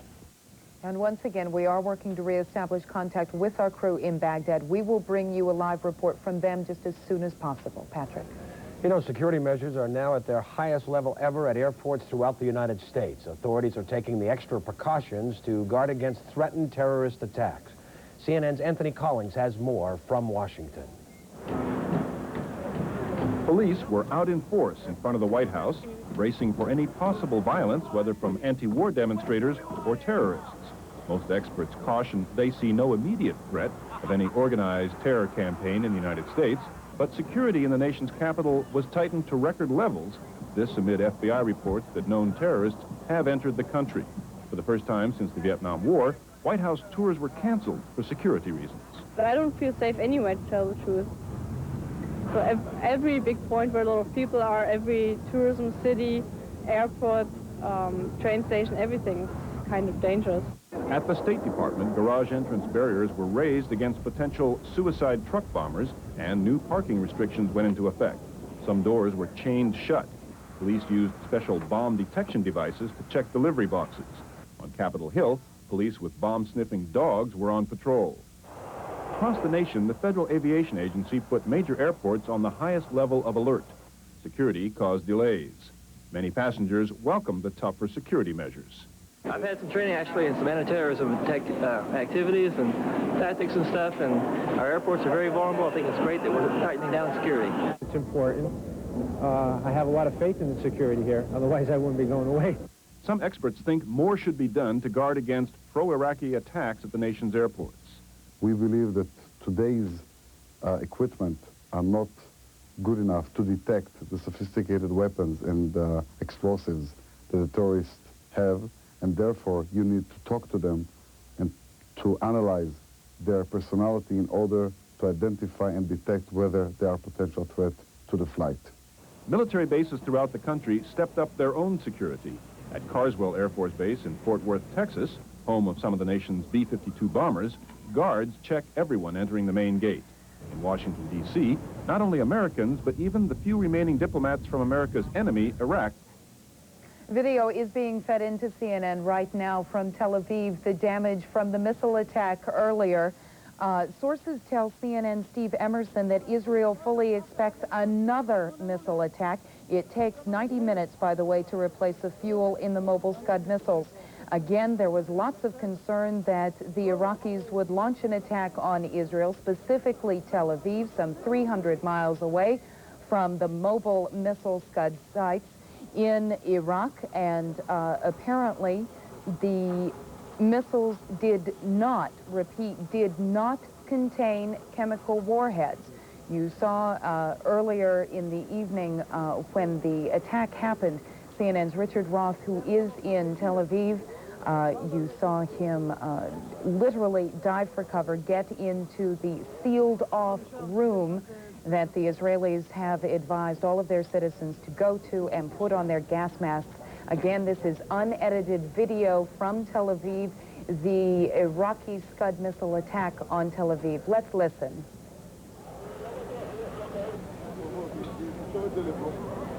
Again, these were the SCUD missiles, and as you probably know, or we were informed by the Pentagon, or at least last night at the briefing this morning from Secretary Cheney and Joint Chiefs of Staff Chairman Colin Powell, that these SCUD missiles were wiped out. However, it seems that at least the mobile missiles, we're not sure whether these were mobile or were from fixed sites, but nevertheless, some 8 of these missiles were fired from Iraqi territory into Israel, from Haifa in the north down to Tel Aviv in the south in Israel earlier in the evening. Again, there were some earlier reports that chemical weapons were used in these chemical warheads. However, as Susan just pointed out, and we've been hearing from Wolf Blitzer, our Pentagon correspondent, throughout the evening, the Pentagon is discounting that. No chemical weapons were launched into Israel, and certainly the casualty reports of injuries, there's been no word that anyone was suffering from any effects from chemical weaponry. Again, there were reportedly 7 people lightly injured from that attack on Israel's Tel Aviv. And we are going now to CNN's Dan Blackburn, who is standing by in Los Angeles, in Fairfax, the heart of that city's Jewish community. Dan, if you could ask some people their reaction to the pictures that we have just seen, the damage in Tel Aviv from the Iraqi missile attack. Well, at the moment, no one here is able to see those pictures. The television set that we did have access to is not immediately available to us, so no one here is getting a look at those pictures at the moment. But I can say this about the reaction thus far, and that is that it has been a mixture of anger and concern. On the one hand, people are expressing concern over what will happen next. Some are urging swift retaliation. Others are saying that more restraint should still continue to be used. 2 of the most prominent leaders of this community are Los Angeles City Councilman Zev Yaroslavsky and the Rabbi Marvin Heyer of the Simon Wiesenthal Center. We have a high level of anxiety before this happened, and now there isn't an American Jew who doesn't know somebody who lives in Tel Aviv or Haifa or Jerusalem. And there isn't any American Jew who isn't going to feel some significant increase in an anxiety level because of this. The people of Israel wanted to stay out of this war. They said to the government of Iraq openly, we don't want to become embroiled in this conflict. We will not attack you. We were asked to be low-key, the government of Israel said. But it wasn't enough for Saddam Hussein. He wanted to turn his debacle and his tyranny into the old record of the Arab-Israeli conflict. More than 500,000 Jews live in this immediate area, and most of them have either friends or relatives in Israel. Tonight, they are very worried about them. Dan Blackburn, CNN Live in the Fairfax district of Los Angeles. Thank you, Dan. Patrick? And of course, there has been a lot of reaction from other Jewish Americans around the country, particularly those in New York, and here is a sample of what some of them had to say about the attack by Iraq into Israel earlier tonight. I felt like I was personally in the war almost, and it was happening here. I have myself relatives, many relatives in Israel, and there isn't anyone I know who doesn't have relatives in Israel. So it's really like it's happening to us, even though, as Robert said, we're lucky because we're here. The other thing I think about is the thousands building to millions of emigres from the Soviet Union who are landing every day. Yesterday, 5,000 people landed in Israel. What kind of refuge do they have now for their first welcome? It's just very personal and emotional. It's the fulfillment of the worst nightmare for the Jewish people. For us as a Jewish community, we hearken back a half a century to the days when Adolf Hitler killed Jews with gas, and the idea that in the year 1991, another tyrant with the same degree of cruelty would even consider doing that is something almost beyond words for us. The community is shattered and really overwhelmed by what has transpired. Without knowing what the facts are, obviously, if there are people who have been injured or killed, your heart has to go out to them. I am convinced that the Israeli Defense Force will respond. This guy is crazy. They should have taken him from the beginning and not waiting for all this commotion and all this. They should have gone there and just, with the help of the Israelis, and just get rid of him, and nobody would got hurt. Now they're prolonging the war. Now it's a war. And we will be back with more of our coverage, War in the Gulf, coming up right after this.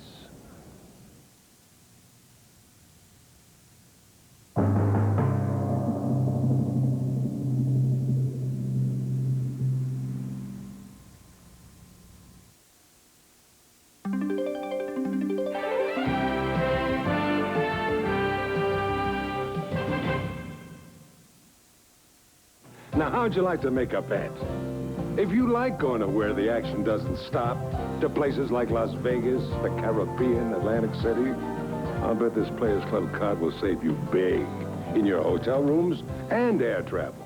And I'll bet this little card can get you a lower room rate at any of our participating hotels than you'll find in any newspaper ad. Oh, we'll pay the difference. I'm not talking about Hotel 5 and Dine. I'm talking places like Caesars, and the Sands in Atlantic City, the Flamingo Hilton, and right here at the New Riviera in Las Vegas. I'm talking up to 60% off your room. And not just weekdays and off-season. I'm talking prime time, all the time. You pay up to 50% less for the shows, and always 25% less for meals and drinks. It's a sure thing. See that couple? They're Players Club members. They eat at the best places, and when they dish out their Players Club card, they dish out a lot less for their dinner. 25% less. And you can bet on that. You'll get airfares guaranteed to be lower than any available scheduled fare. So if you like living it up in places like Las Vegas, Atlantic City, and the Caribbean, a tip from Telly. Start using your brains instead of your bucks, okay? You call Players Club now. The information free, and so's the call. Now, who gets you the lowest rates on hotel rooms? Who gets you the lowest rates on travel? Who gets you discounts on restaurants? Who gets you the best seats in the house? Who gets it for you? Players Club, baby. It's a sure thing.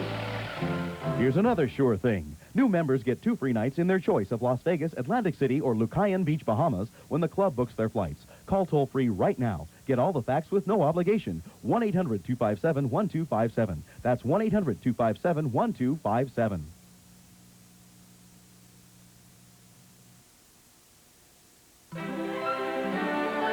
This is CNN.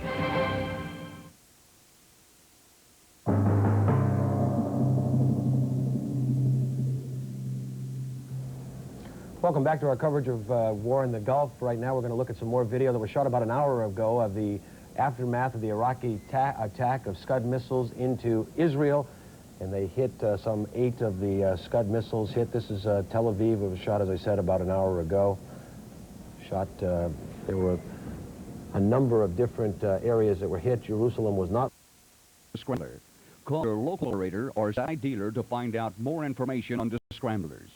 To order CNN and headline news, home satellite viewers should call 1-800-843-9266.